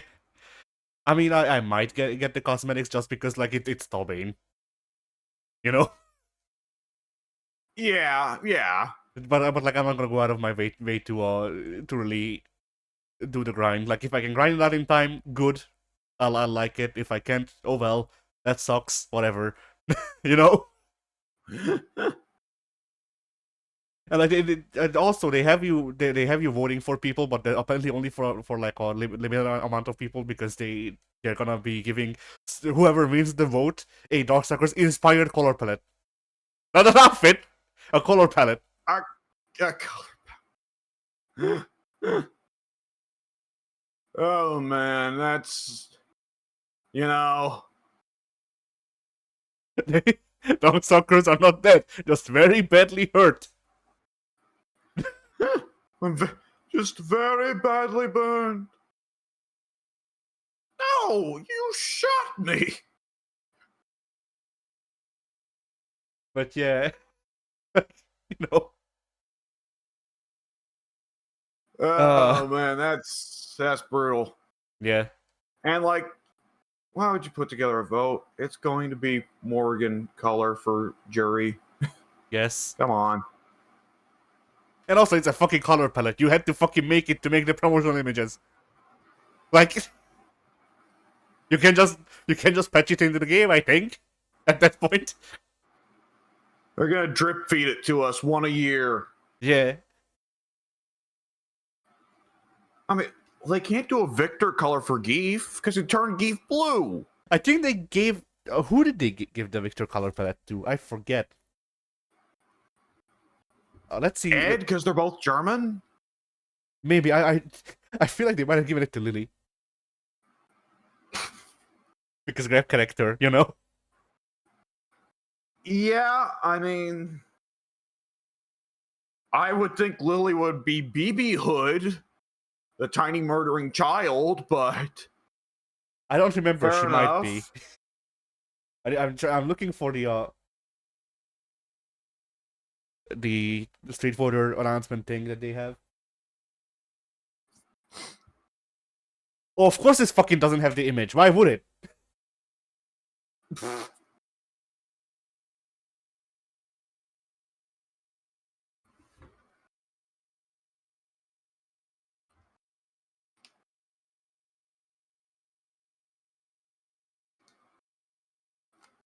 I can find it. No. Because yeah, they had an image. It was 4 characters. One of them was Bison. That's all I remember. BB Hood was on the image.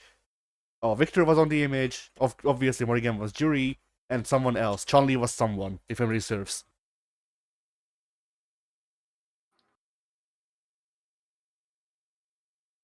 Let's see. Well, the Reddit indicates Morgan color for Chun-Li. Well, hang on. I'll just get the picture and put it in the Discord.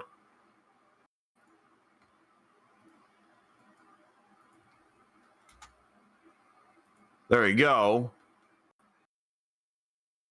So, Morgan Chun-Li.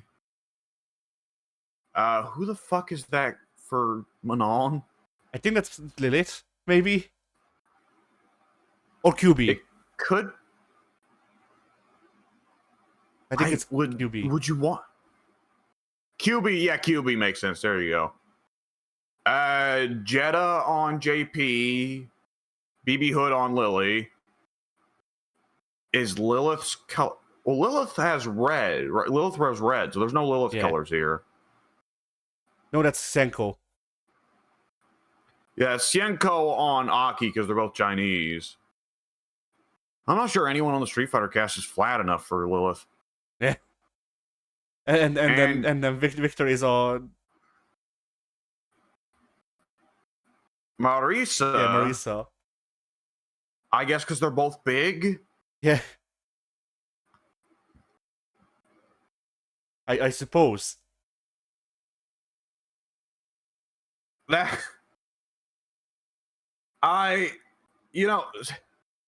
that's questionable, and also QB on Manon is really questionable. Yeah. And it's another thing I'm not getting here. JP, Aki, Marisa get alternate colors on their default costumes. But Chun, Manon, and Lily all get their alternate colors on their second costume. I think that's so that they look closer to the character they're supposed to represent. In Chun's case, and Chun and Lily's cases both, I suppose I can see that. There's not really anyone on the Street Fighter cast who can have even vaguely similar appearance to QB. Yeah. She's a weird pick. I mean, I know they go for QB because Darkstalkers is a very iconic female cast, and their female cast is much more iconic than their male cast. But even then, it's like, if I had to pick one chick, if I had to pick 4 chicks out of that cast to get alternate colors, I would have picked Felicia and Lilith over Xianko and QB. Yeah.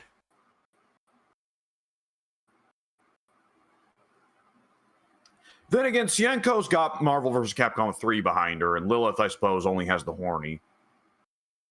I guess so. I mean, Yeah. She was an MVC 1, but not really. Come on now.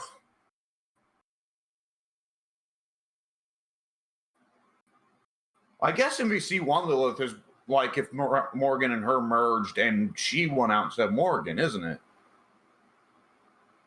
Hmm.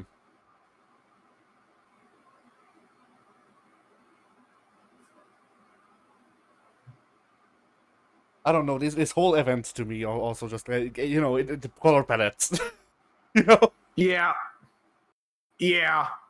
And it's kind of insulting having some of these be options. It should just be, okay, do you want Morgan Chun-Li or do you want Xianko Aki? Because nobody's voting for an alternate color for fucking Lily. Come on. Lord Raptor Bison. Like, yeah, we know which characters in Street Fighter 6 are the least popular and the least picked. Is Lily the least picked character in Street Fighter 6? She's got to be, right? It's Lily and Honda pretty well at the bottom of the list if I had to take a shot.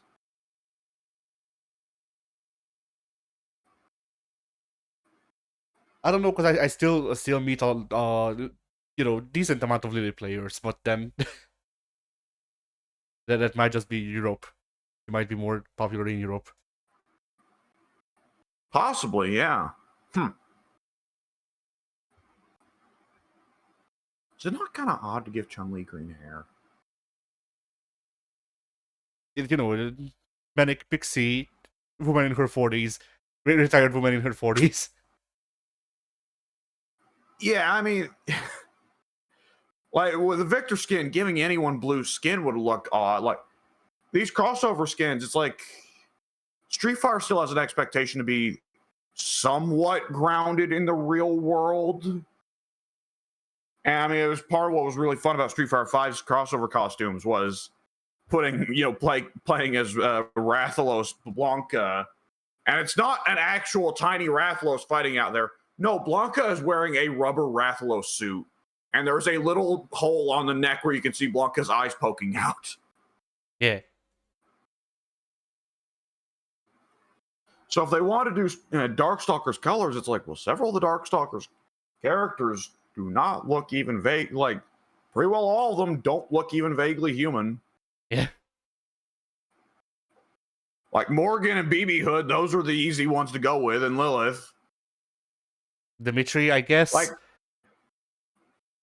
I suppose so. Yeah, I guess he does look human, doesn't he? I don't know why I remembered him having blue skin. Blade guy. Donovan, yeah, Donovan. Samurai. Bishamon does not look human. I mean, Bishamon depends. I do remember him having green skin even. But also, like, you can just put some motherfucker in a samurai outfit and call it a day. My memory is that Bishamon not only had blue skin, but also very distinctly had an Oni face. My memory is that Bishamon didn't have a face at all. Like you are very wrong, sir. Like I remember Bishamon having the Mempo. No, he does not have a Minpo.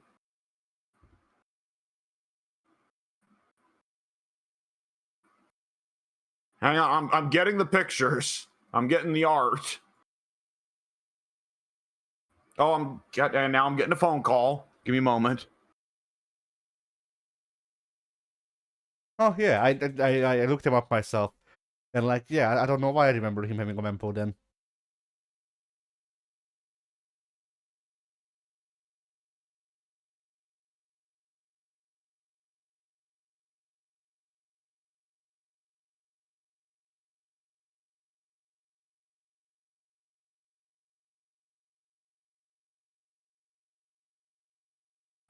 I assume you already paused the recording?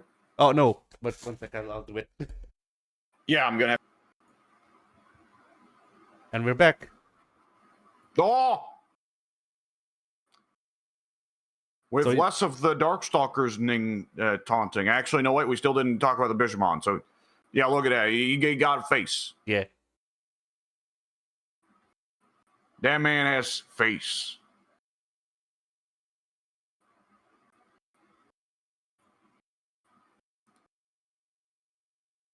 Anyways, in less depressing news. Yeah.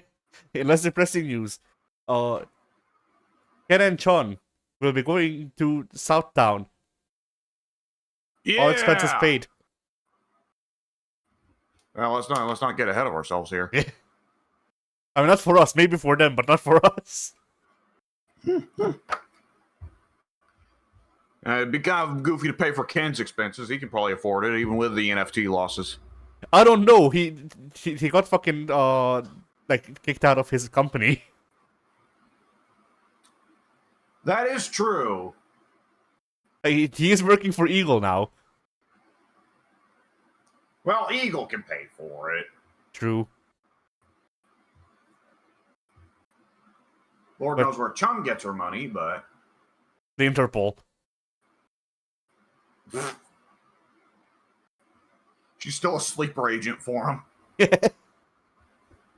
I mean, I assume it's like one of those FBI things where, like, you know, you retire in quotes, but then 40 years down the line they're like, Agent Chun, we need you. Yeah. Got to call you out of retirement. Some James Bond type shit going on here. Yeah. Bison is back, and then Chun just goes again.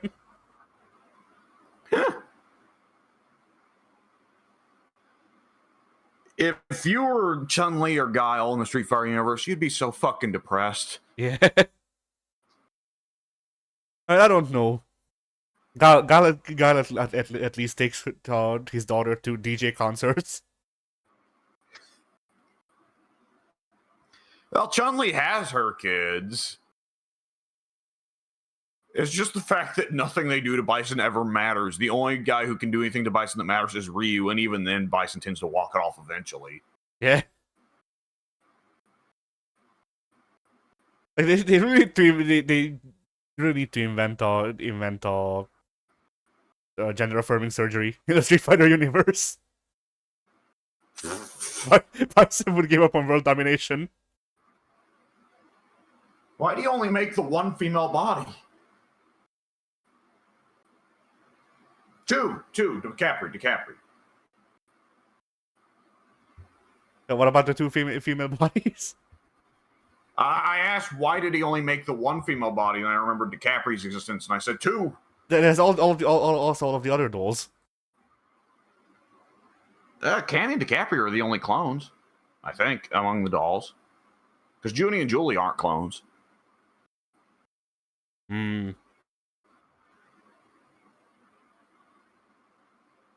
Budget reasons, I guess. I don't know.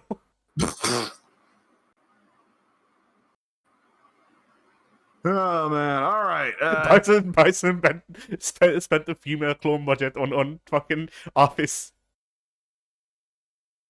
Horses and pictures of him riding horses. Yeah, and also just Microsoft Office.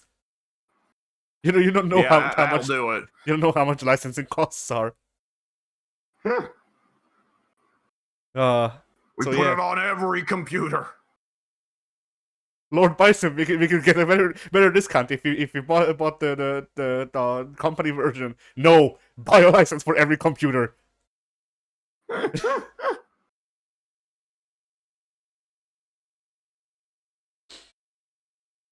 That's what JP told me to do.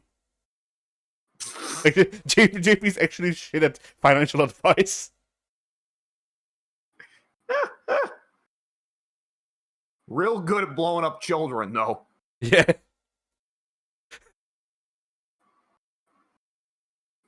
Yeah, JP's interview was blowing up a child, and then Bison just went, do you know what a number is? And he said, yeah.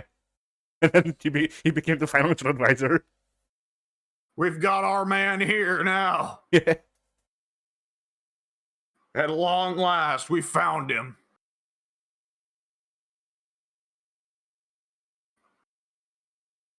But yeah. Oh man. So, Also, the director for Garo 2 says that there will be 6 characters in season 1, apparently, of DLC.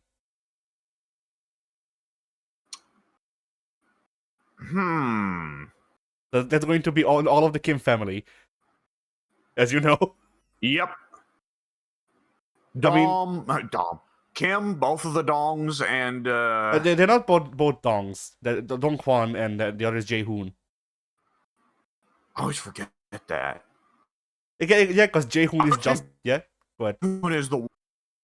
I always think Jae Hoon is the white-haired Taekwondo guy from the from the Nest saga of KOF. yeah, no, that's Jun. Oh, good lord. Yeah, that's why you think that, because he's Jun instead of Jae Hoon.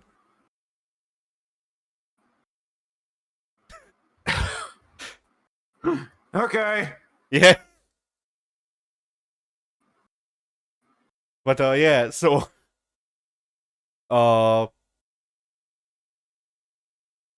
yeah, it's gonna be both of them. It's gonna be Kim's master, who is at this point like the size of like you know, he's as tall as Kim's knee.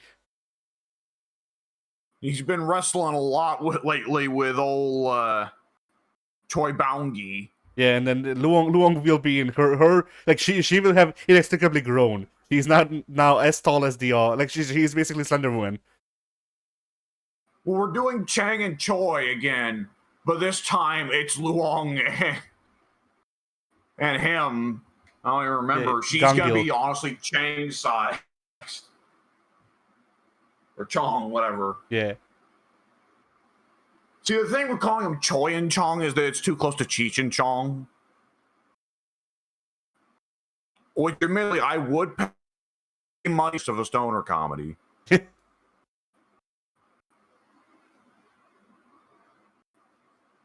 Nonetheless, I mean, you know, if he gets smaller and she gets bigger, that's just going to lead to more people making Pat and Paige jokes about those two. Yeah. No, I mean, really, but people should be making jokes about is how fucking Gangin and Luong don't have movesets.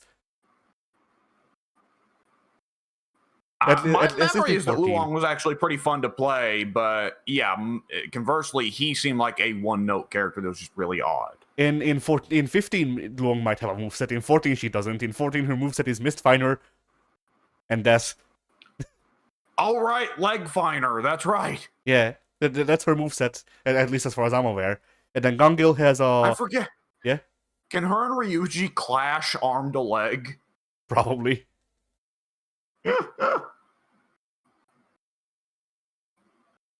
And then Gangil technically has more specials, but they're both shit. And then the Flash Kick is a super. Oh god, yeah, you get into the Goken thing of like Goken kind of doesn't have a Shoryuken except as a super.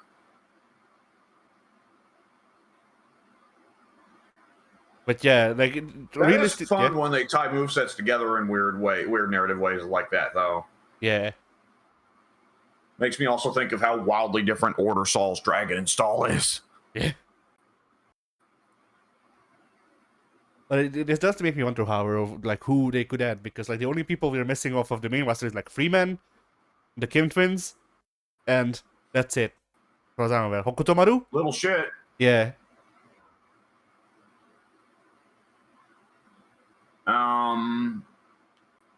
They haven't shown Kine in gameplay yet, but he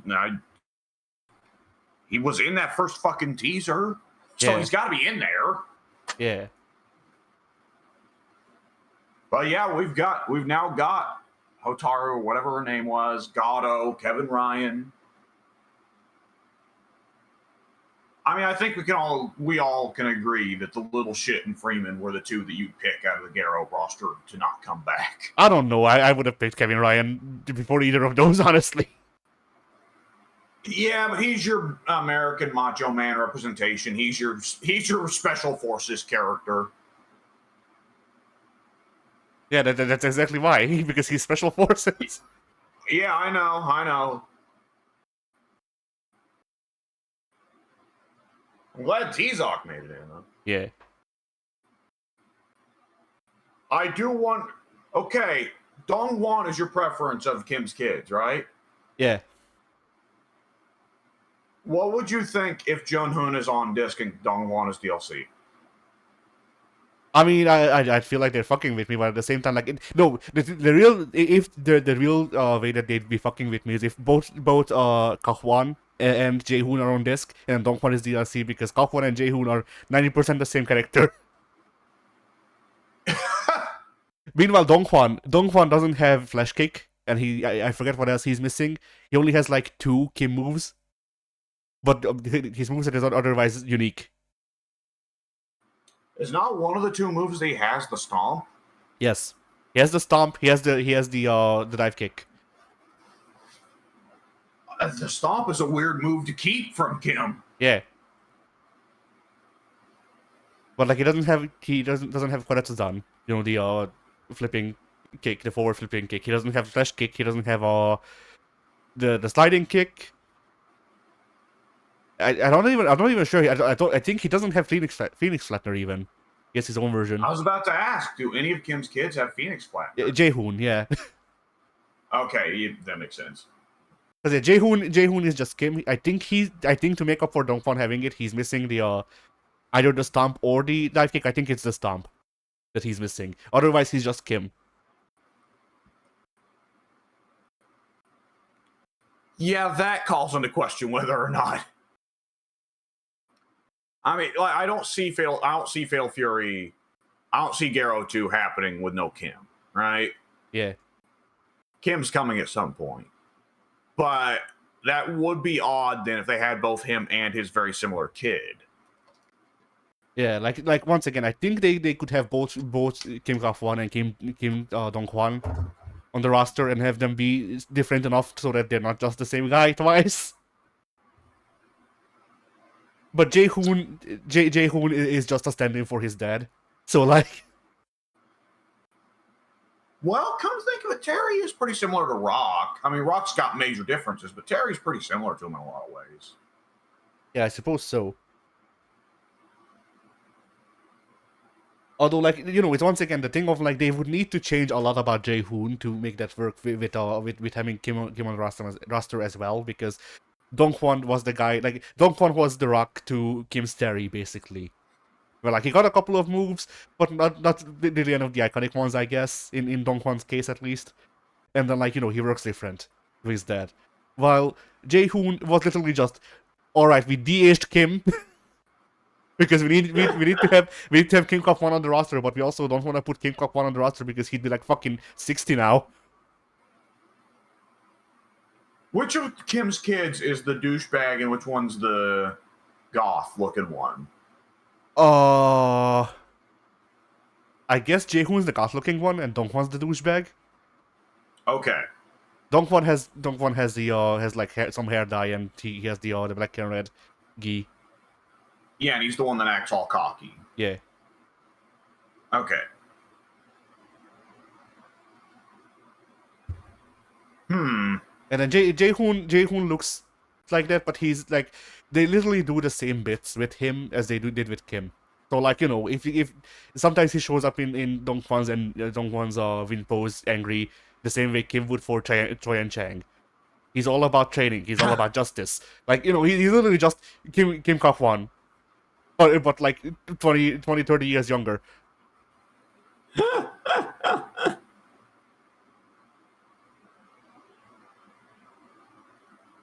Okay, going back to Ken and Chun-Li. Yeah. It is worth noting that the ad, they did not show what Ken and Chun-Li will look like in Garo 2. They just showed Street Fighter 6 Ken and Chun-Li.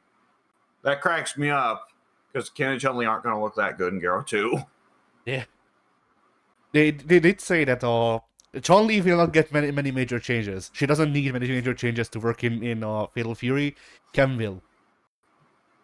Really? They did say, they out now said that. Oh yeah, let's see if I can find the quote. I mean, Ken was going to have to go through big changes because Ken in Street Fighter 6 actually has one of the smaller movesets. Well, he has Dragon Lash. That's right. I always forget that he has that now. Yeah, he has RED kick. Yeah. So he's got the classic Shoto 3 plus Dragon Lash and Crazy Kicks. Yeah. So he's not as small a moveset as he used to be. But in an SNK game, he's definitely going to need some expansion. All right. So here's what has been said. SNK picked Ken instead of Ryu because he's involved with Terry. Ryu is a better choice for Kyo and or Ryo. Which yeah. Yep, that's totally right. Charlie's Garou 2 playstyle. Plus, Yeah. I was just going to say, I think plus Ken fits the grittiness of Southtown better than Ryu. Yeah. Chun-Li and Garou 2 Chun-Li's Garou 2 playstyle will not change a lot from Street Fighter, but they will adjust more for Ken. Yeah. Ken and Chun-Li will be included in both the story modes and whatever EOST mode is. EOST? Yeah, EOST, EOST. Extra official soundtrack. You can see Ken and Chun-Li in the extra official soundtrack mode. Shaking their asses to whatever song you're playing at that moment. Yeah. And there will be our beta test, apparently. Okay. And there are how many slots left in the DLC after that? Well, let's see. Okay, so he said that there are 17 characters at launch and 6 will be added later. So, 4 more. Okay, so that leaves 4 slots left. Well, in base game, we've still got, what, 3 or 4 slots there? Could you repeat that, the internet? Yeah?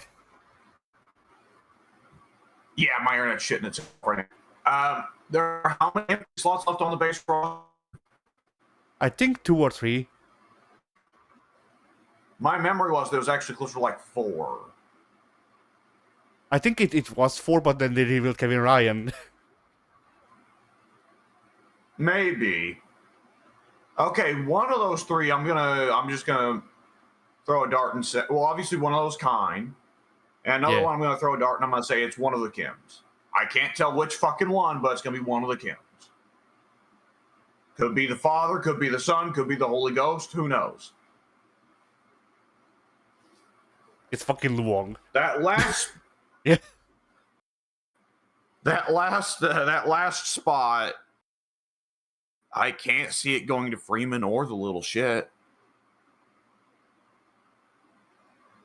I mean, I guess all the last 3 slots could go to Kine, the little shit, and Freeman, but it'd be really weird if Garou 2's roster is just Garou 1's roster plus Mai Shiranui.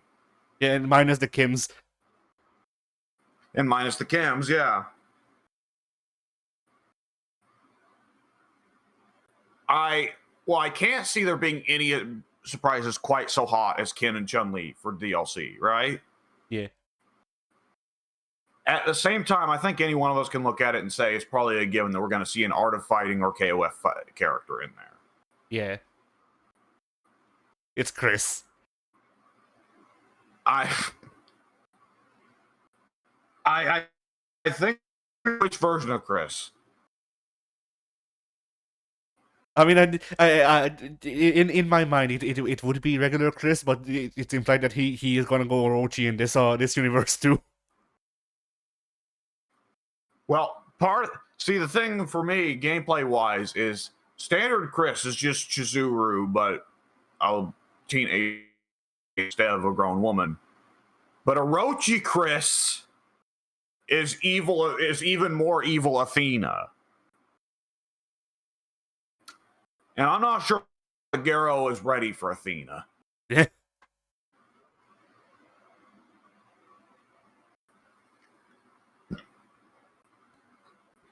But since we have four more slots, I'm gonna make a call here.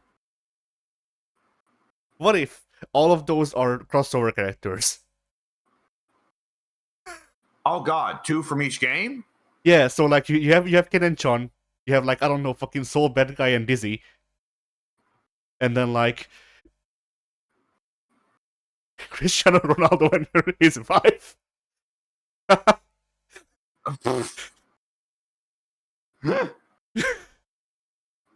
Right, they still ain't talked about what the fuck Ronaldo's up to. Yeah. World conquest? Psycho power. Yeah. He does a penalty kick. Ronaldo has been working for years to ruin everybody's lives to make himself stronger.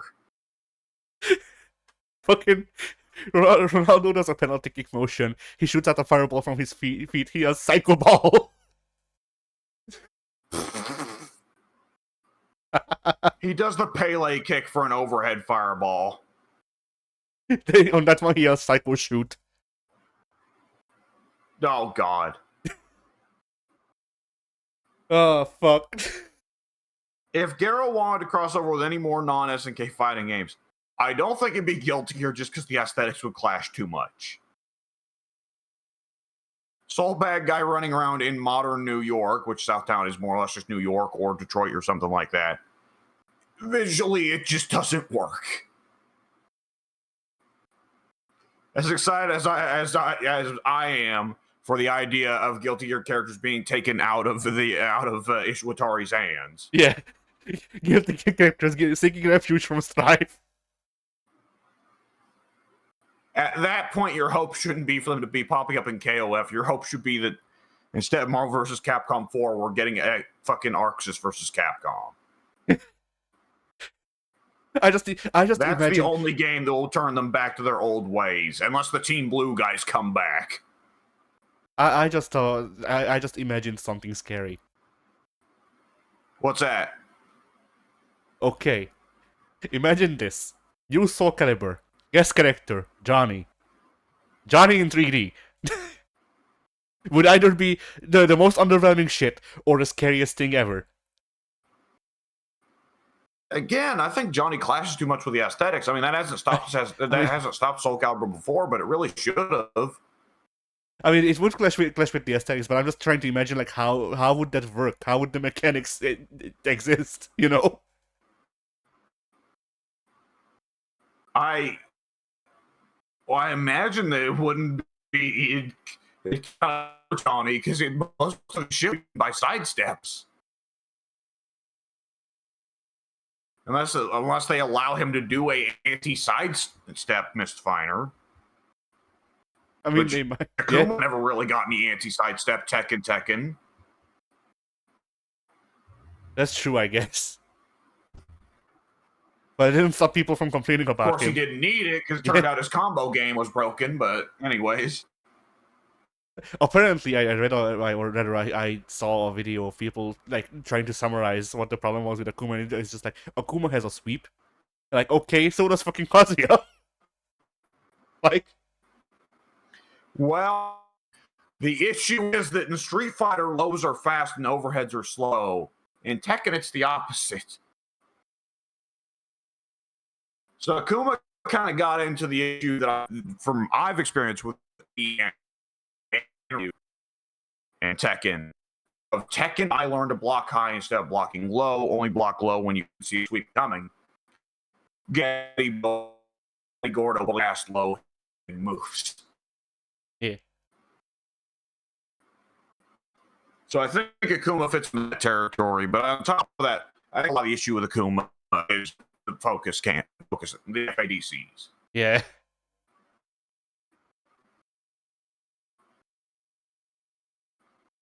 Also, Demon Flip probably doesn't help. Yeah. All right, then in other news, until Street Fighter 6, that was Demon Flip at its craziest. Yeah.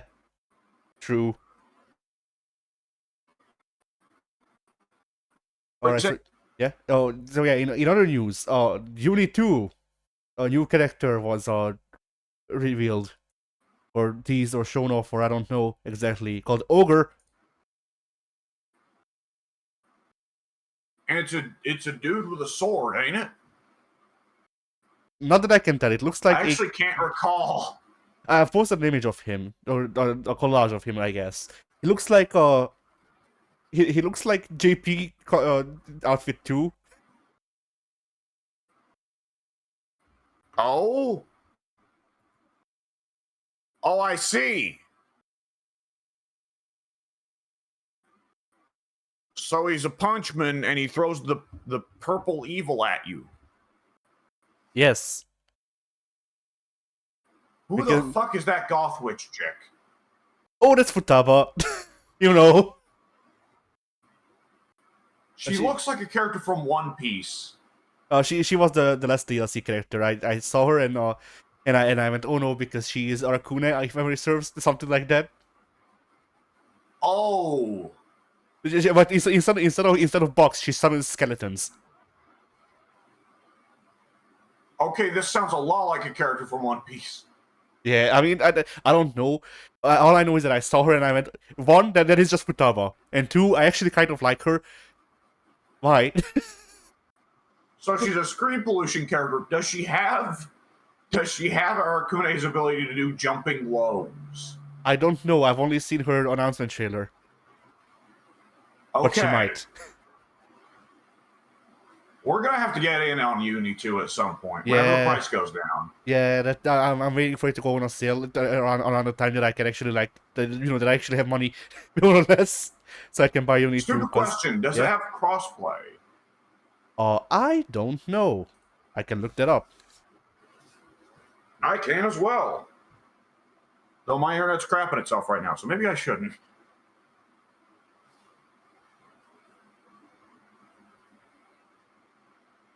No, it does not have crossplay.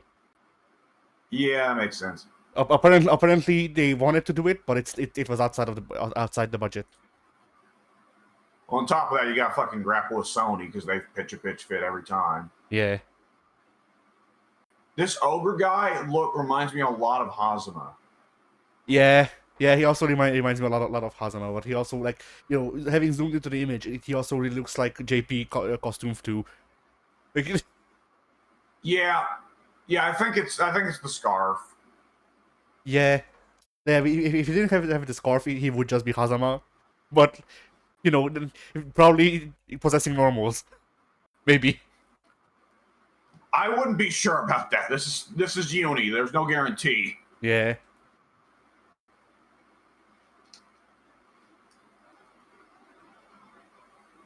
What fighting games actually are there that don't have any characters with weird normals?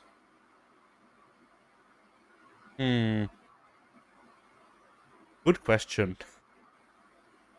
I guess Tekken 2 up to a point. Up to a point, yeah, because like, what's his name, Liu Fang or whatever, he has fairly weird normals. Oh yeah, Wei Fang.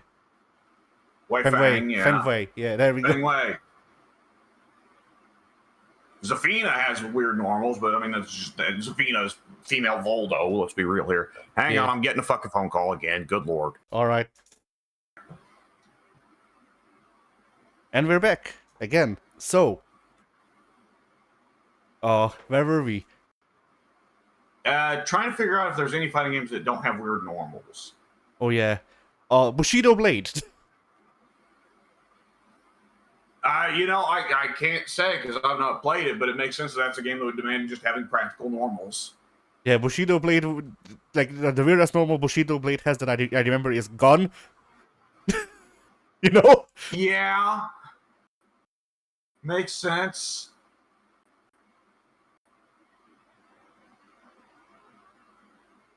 But yeah. Aside from that, no. Aside from that, I think Bushido Blade was mostly like grounded. Aside from that, I don't know. Deadliest Warrior. Oh God. Well, I'm sure with the character and weapon variety, there had to be some fucking weirdos in there. I've played those games. I don't recall. There was none. Well, there was no game. That much is correct. That game had no frame rate and crashed at a drop of a fucking hat. It also had no character and weapon variety. You chose you chose ninja, and the ninja had ninjato, which didn't exist, but never mind that, and also shuriken. Oh God, yes, that was a big problem with Deadliest Warrior. Was you just threw out your projectile, and the odds are it would successfully kill the opponent from the other side of the fucking screen. Yeah. God help you if one of the players picked Pirate and actually nailed the gunshot, because that was an instant kill guaranteed. Yeah. Good lord, that game was just so fucked up. Yeah. Anyway, Hunter x Hunter Net Impact delayed to 2025. This doesn't impact us, but you know. I thought it was coming out in 2025 already. Then, apparently, Tekken tried to license out the kernel. Oh god.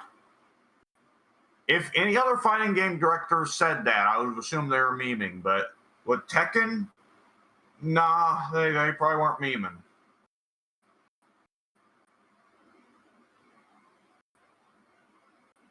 And then I don't understand how KFC turned them down. They've done all kinds of goofy shit with the kernel in the last decade. The kernel can't punch women. That's probably the sort of thing that they're worried about, yeah. Because otherwise they made him into like a fucking anime husbando and shit. Yeah.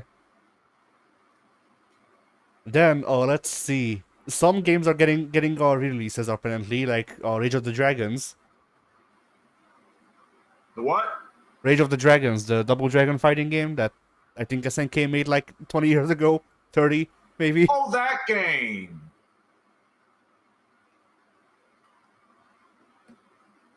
And finally, I have heard that it's good. Yeah, it's on Fight Kid. We can check it out sometimes. That's some of the characters we played in Metro Melee came from that. So Right, you said that. Yeah. yeah, like your the preacher guy came from that. The dude you played with the afro, he came from that. Bimmy obviously came from that. Good old Bimmy and Jilly. Yeah. And yeah, then finally, this is the last piece of news that I could find. People think that Sega might be teasing Virtua Fighter 6 because they posted a thing. They posted like a spot the difference image that's the word Sega, and then one of them the G is replaced by 6, and that's it. Yeah, but how many other franchises could that apply to? I don't know at the top of my head. Persona, immediately. It could be Persona 6. Fucking Sonic. There must be a Sonic sub-franchise that's up to number 6 by now. Technically, there isn't. They usually stop at 3. Sonic has like the original classic Sonic series technically goes up to 4 because they made they titled or they numbered the phone games as Sonic 4. But even then, it would make the next Sonic numbered Sonic 5 instead of 6. Could be a re-release of Yakuza 6 for modern platforms. Oh yeah, maybe. What other franchises does Sega own? Well, no Total War game has been numbered past 2.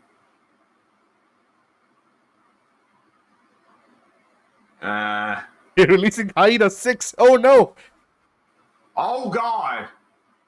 6 of them this time. We burned 6 times the amount of money. Yeah. We have to keep it up with Concord. We've been doing too well lately. We need to fix this.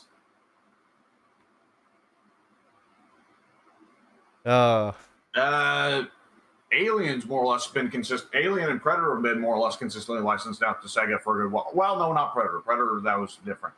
But Alien's more or less been consistently licensed out to Sega for like a decade now. But I can think of no conceivable reason that. Okay, I will say, if memory serves, this is a deep pull, and this is not the answer. But nonetheless, if I were trying to think of the relevance of the number 6 to the Alien franchise, the alien you play as in AVP 2010 is called a 6 because he has a 6 carved in his forehead.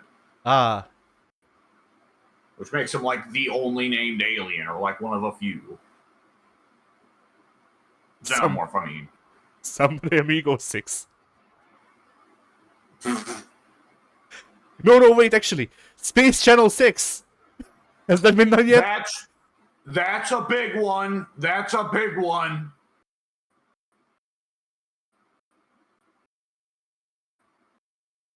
How many Golden Axe games are there? I think there's been 6. They're not necessarily numbered, but, you know.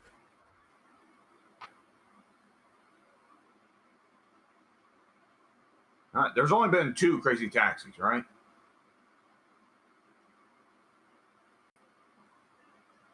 Yeah, I believe so. I'm looking up how many games the Golden Axe series has even. Oh, you know what? There's not only Persona 6, there's also SMT 6. Oh yeah. Okay, apparently Golden Axe goes up to 3, and then they stopped they stopped numbering them. Okay. Altered Beast 6. Yeah. Virtual Fighter 6 is not an impossibility. It's just one of those franchises that Sega has not touched in a while, and when they did touch it, it was not super profitable the last time. I mean, not only that, but like, Virtua Fighter 6 is not an impossibility. At the same time, Sega, after the release of the last release of Virtua Fighter 5, did put out a flyer saying Virtua Fighter is fucking dead, yo. Yeah. So like, on one hand, if they do it, fine, whatever, I won't complain that Virtua Fighter is back. On the other hand, it would make no logical sense because they declared the series dead officially, like, 3 years ago. God, has it been that long already?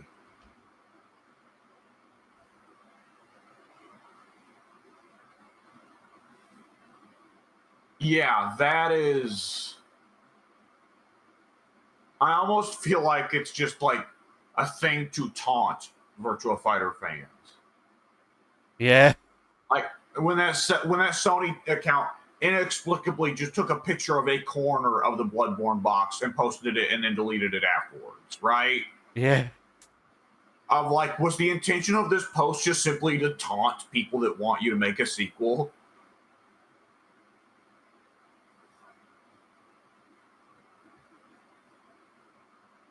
I find it funny how the current speculation is that the reason there is no Bloodborne port to PS5 is because they lost the source code. Because Bloodborne was made back in 2002. Yeah. Not only made back in the day when they would dump the source code afterwards, but also totally not made on the same engine FromSoft has made the half dozen other games on. Yeah.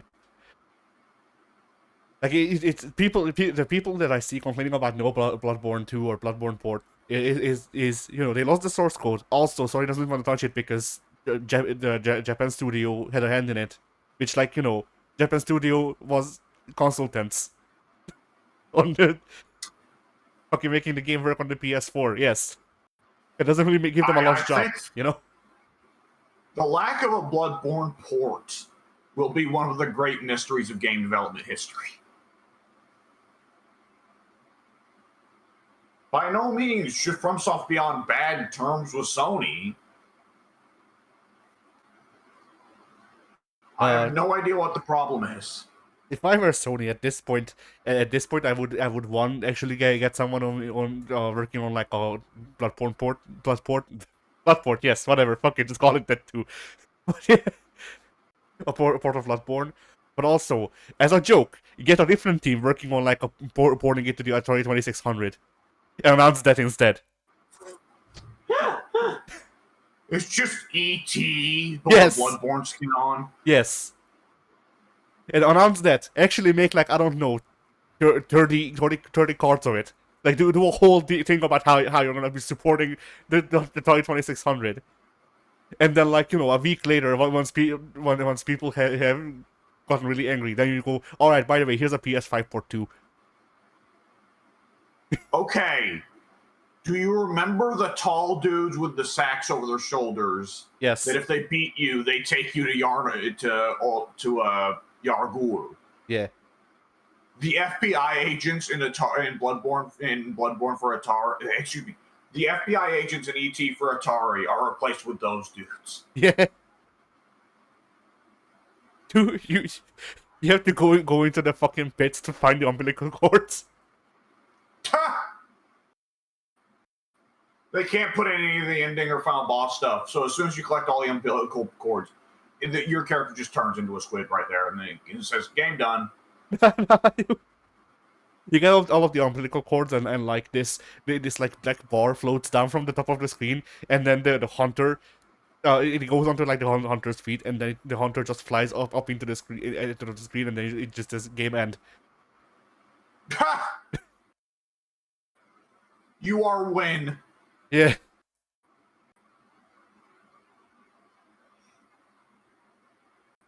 Oh, But like, yeah, man, the Atari 2600 port of Bloodborne doesn't have any combat. The hunter is actually a pacifist in this version. that or he's just a pussy. Yeah, maybe a bit of both. Oh man. And then if you get like a high score in Bloodborne for the Atari 2600, then you unlock Bloodborne card. Is that still on the Atari 2600, or does it unlock it on another console? I mean, it depends. If you're playing it on if you're playing it on if you're actually playing the card version of Bloodborne for the Atari 2600, then it's a really shitty like top-down racing game. Where instead of cards, it's just dots. And then if you play it on like Steam or whatever, they just download Nightmare Card with the Bloodborne DLC. I wonder if that chick that makes Nightmare Card, if she's got like a hidden copy of Bloodborne card still in there somewhere, right? Yeah, Probably not for the public release, because obviously Sony and FromSoft would sue the shit out of her. But for personal use, and like just kept in the back, like one day when they get rid of trademark, I'll release this. I mean, how long has it been since Bloodborne? It's gonna be 10 years next year, I think. But never mind actually, because I was gonna say like I don't remember them doing a whole lot with the IP, but I think they made the statues. And I think that's enough of working with the IP for them to not lose the trademark. Yeah, I mean, no matter what, I think they can just keep the trademark going without actually making anything for the license. Because, like, I'm sure that I doubt that the Nightmare on Elm Street license has changed hands away from New Line Cinema, and there's not been a new Nightmare on Elm Street thing. Well, I guess they do merch, right? They don't. Yeah, they merch counts. That's why I'm saying that like they won't have a thing. But like if PlayStation just legit straight up did no merch and no games and no nothing, then technically you could if memory serves after 10 years you could use the IP without and if they sued you over it, then it could go either way. Because technically by that point, if they didn't use it, then they didn't use the trademark, and it goes away more or less. Well, a couple of years ago, I would have said like there's no way the corp goes against the company on that. But no, we're living in a current day where Steamboat Willie is in the public domain. Yeah. And that's just gonna keep going. So who knows what the fuck's going in the public domain next? Not me. Other people do. Not me. Yeah.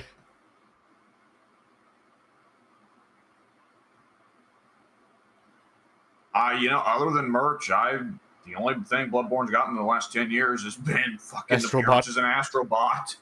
Yeah. But I mean, even that, like technically, that constitutes enough that they are utilizing the IP, so that technically they can't get the trademark revoked. There's a few things that Sony's holding on to through Astrobot, really. Yeah. Most of their IPs, in fact. But Spyro actually had the Reignited trilogy. I need to get around playing that at some point. Not only that, but Spyro is actually owned by Microsoft. What? Yeah. Oh, did they go over with like Toys for Bob, that purchase? Yeah, so what happened was Sony sold Spyro and Crash to Activision. And Activision, if you remember, was a part of Blizzard by now. And since Microsoft bought Blizzard, they now own both Spyro and Crash. Yep.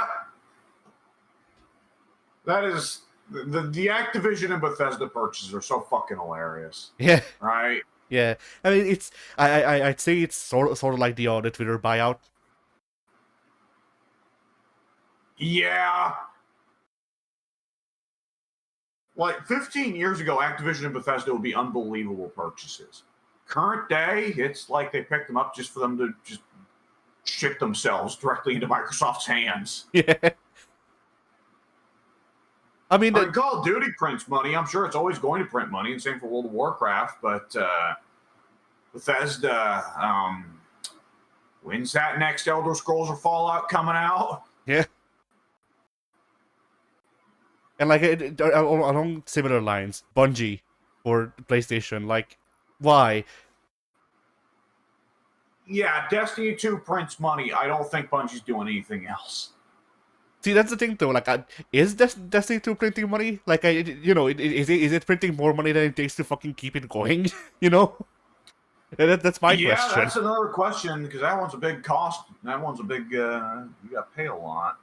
Because yeah, like just from the outside, having never looked into it, Destiny 2 looked to me like a game that's like technically making profit, but it's like $20, you know. It's one of those things that's really funny. Is that you can tell that for Halo fans, for the last couple games, they've had the impulse to go, "Oh man, 343 is really shit the bed. I wish Bungie would come back." Oh, I don't know what I want. Yeah.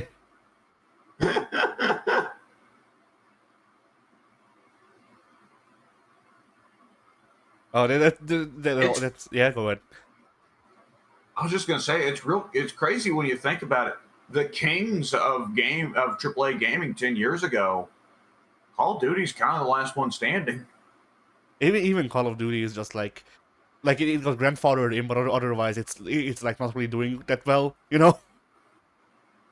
Yeah, it has kind of an immortal legacy of just the one that when the 40-year-old football dad walks into the GameStop to buy a game for the console, he's like, I don't know, hand me a Call of Duty or a Grand Theft Auto.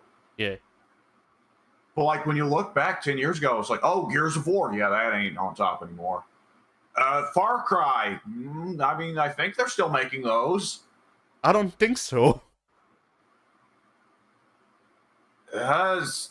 Like, I guess, yeah, we've not heard anything since the Giancarlo Esposito Far Cry. Yeah, like Ubisoft has in the past month, Ubisoft has announced we are delaying Assassin's Creed Shadows because shit sucks.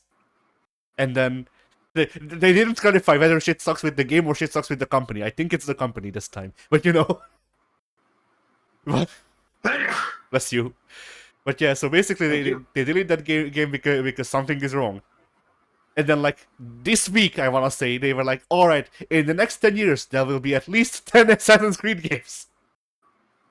The next 5 years. Oh, 5 years, yeah, that's even better. Fuck.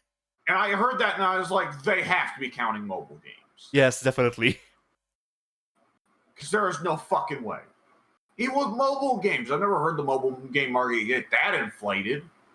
Not for shit that anyone takes seriously. They're gonna be running like they're gonna be running those two games that they teased, like 4 or 5 years ago, and then they're also gonna be doing 7 gachas. You know, that would make a lot of sense. That would make more sense than trying to release a console game every year, 2 console games every year. But yeah, you'll get all of your favorite Assassin's Creed games. Assassin's Creed Key, back cover. Assassin's Creed Dream Drop Distance. Assassin's Creed 352 over 355 over 2 days, something like that. You know, while we were talking Bloodborne, I was thinking to myself, like, I don't really want a Bloodborne sequel, but man, I wish that if they made another Soul Calibur Bloodborne, the Bloodborne Hunter would be the guest character. Now you bring up an Ass Creed, and I'm like, man, I wish those games. I don't really give a fuck about what happens with the games, but it'd be cool to get Ezio as a guest character again. Yeah. This time, maybe we can get him in a game where they have a budget so that his model isn't just rip off of the Unity Essence store. Yeah. I mean, like, the thing with Soul Cal is that if memory serves, Harada said Soul Edge, Soul Cal 2, Soul Cal 3 were all effectively projects of passion from one guy who had a great overarching vision for where the Soul Cal series should be, and he left between 3 and 4 And that's more or less why 4 and 5 and 6 don't have that spark, that magic to them. Yeah. If we could get that guy to come back for a Soul Cal that just like ignores Soul Cal 4 and keeps on going from Soul Cal 3, Yeah. and also get a good budget behind it, then of course that would be crazy. But what the fuck is that guy even working on now? Let me look it up, actually.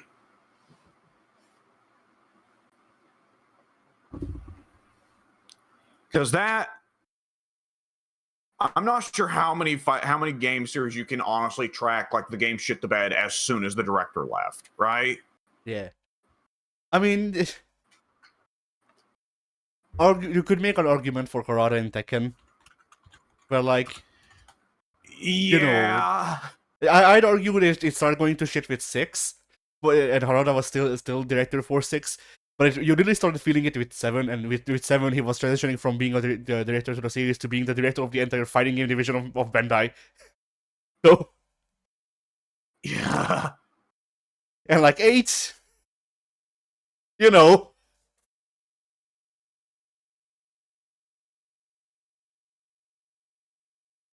Okay, let me check real quick.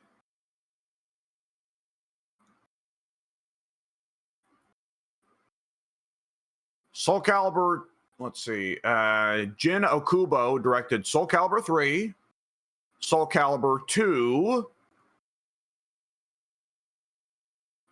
Soul Calibur 1.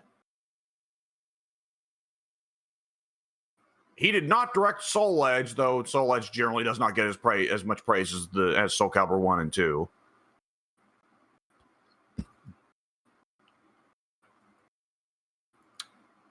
And yes, he was off from the series starting with Soul Calibur 4. Okay, let me look up Jin Okubo. What else has he worked on?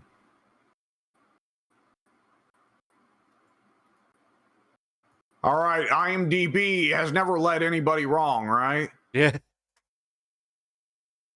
Well, IMDb doesn't even have the right listings. It only lists him as having directed Soul Calibur 2 and 3. Ah, nice. Moby Games?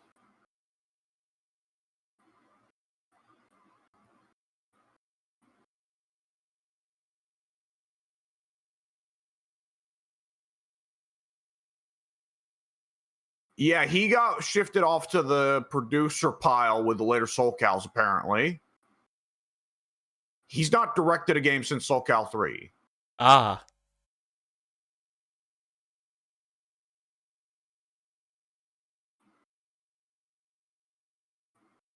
I don't remember if Harada said why Jin Okubo stepped down. I don't remember him seeing either.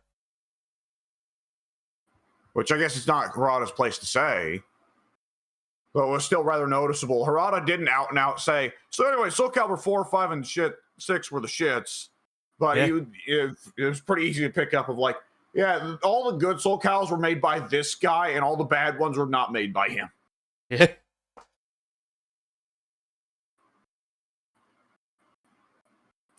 So, that's shit's wild, man. Yeah. And then, like, with other fighting games, you don't see the directors influencing that much, I suppose, aside from, Daisuke, which, like... Yeah. Where, like, the series didn't go wrong when Daisuke stepped down. The series went wrong with Daisuke. Yeah, I mean, Ishwatari is an odd way. He has a vision. It's not a consistent one. It's one that flies off in different directions. Yeah. What's the last Dead or Alive that Itagaki worked on? 3 or 4, I want to say. I'll look it up. I'm also going to look up Ed Boon while I'm thinking about it. All right, and then the other one. Oh fuck, who was the other one that I wanted to point out? Oh, yeah. Oh no. That's a story right there. That's the inverse. You could see the games improve once Odo left. Yep. Itagaki, the last Dead or Alive game he worked on was Dead or Alive Extreme 2. But before that, because Extreme was oh wait, no, Extreme 2 was the Xbox release of 2, so yeah. But the last proper Dead or Alive he directed was Dead or Alive 4. And the last game he directed as part of Team Ninja was Ninja Gaiden 2 before disappearing for 7 years and then coming back with Devil's Third. Fucking Itagaki, man. Do you see that shit on the news? Itagaki Games has shut down. Actually, Itagaki Games has not shut down. Yeah, Itagaki Games just got renamed. Yep. A fucking weird, creepy guy he is. Yeah, I wonder if his next game will be all about will be a big booba fighter called like fucking Breeding or Not. Did you say breathing or breeding? Breathing, like taking breaths. Not. Oh, okay. Not straight up porn game, no.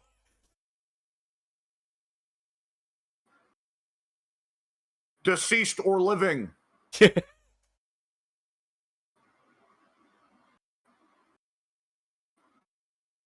Okay, Ed Boon has been the director of every Mortal Kombat since Armageddon. Who was the fucking director of the directors of the Mortal Kombat? Okay, he's also the director of Deception. Wikipedia screwed that up. I guess maybe Tobias. Did he honestly direct every? Yeah. Okay, there's no listed director for the original Mortal Kombat, which makes sense.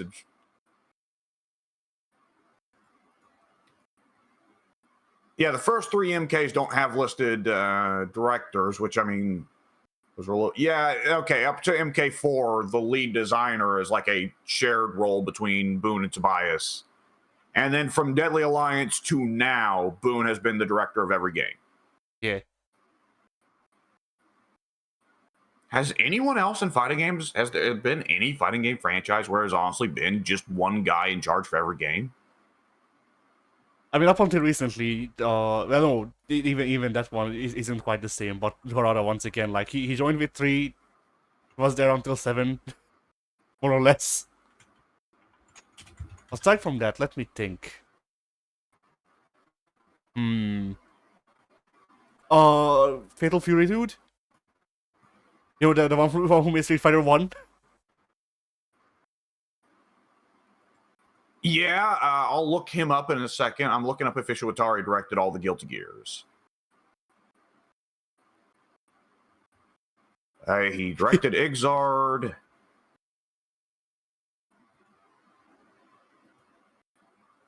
Wait. Yeah. Ishiwatari is not the director of Strive. Oh, is it the other guy? Is it the combat designer guy? Akira Kitano. Yes, that is the combat designer guy. Okay, so we need Ishiwatari back. Is what you're saying. Fuck. Please, Daisuke. I take back everything I've ever said. Save us, Daisuke.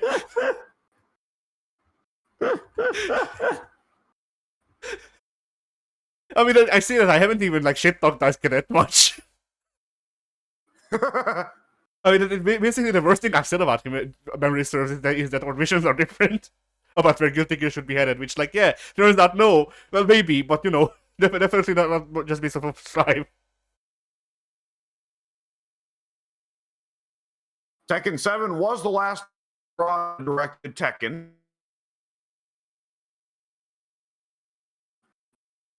Though he did wait. Yeah. Like if memory serves how it worked was Tekken. Yeah. You're cutting out because of the internet. Okay.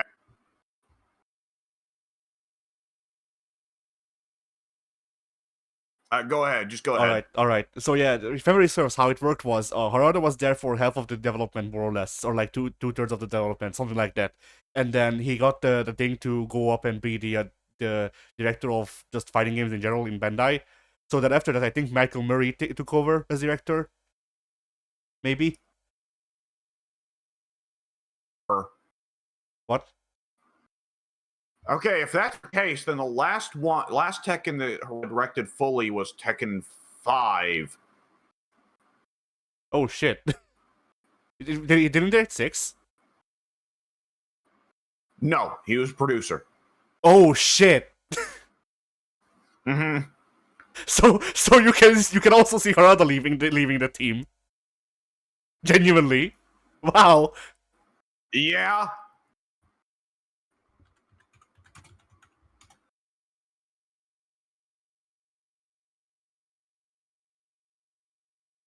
Okay, Takashi Nishiyama. I'm looking up Takashi Nishiyama with Fatal Fury. No, he Fatal Fury 3. He didn't. Well, no, wait. No, he was a producer on Fatal Fury 3, allegedly.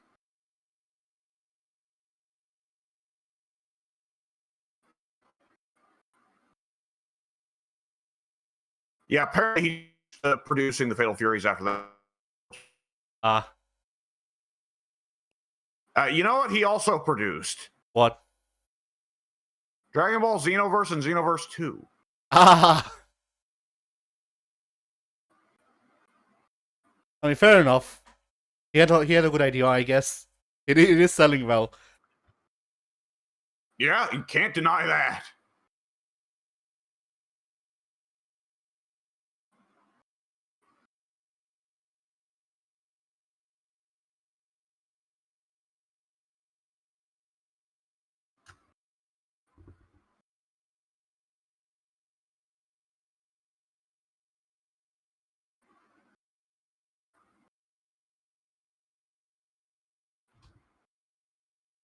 Meanwhile, it looks like for the two Akiras that worked on Street Fighter 2, Arika Wikipedia actually has a really shitty. It just simply says they were. Akimon, though, it does list off all the various games he designed characters for. I do want to mention, apparently he's been working on Star Ocean for a minute. I was not aware that Akimon made a lot of the character designs for Red Dead Revolver. Oh shit! Yeah, speaking of character designs. Yeah, speaking of character designs. Also, I will notice they brought back the old SNK artist for Street Fighter 6 to draw Terry's inserts. Oh, that's great! And he still has the same art style. Yeah.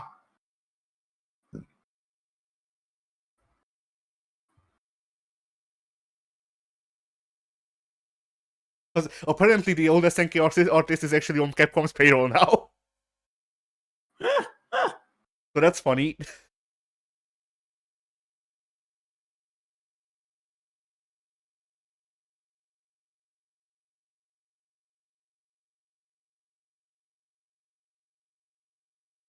I think we'd probably be better off wrapping it up. Yeah, because of the internet. Getting worse with time. Help. All right. Well then, fighting games were. You may have to close us out. There you go.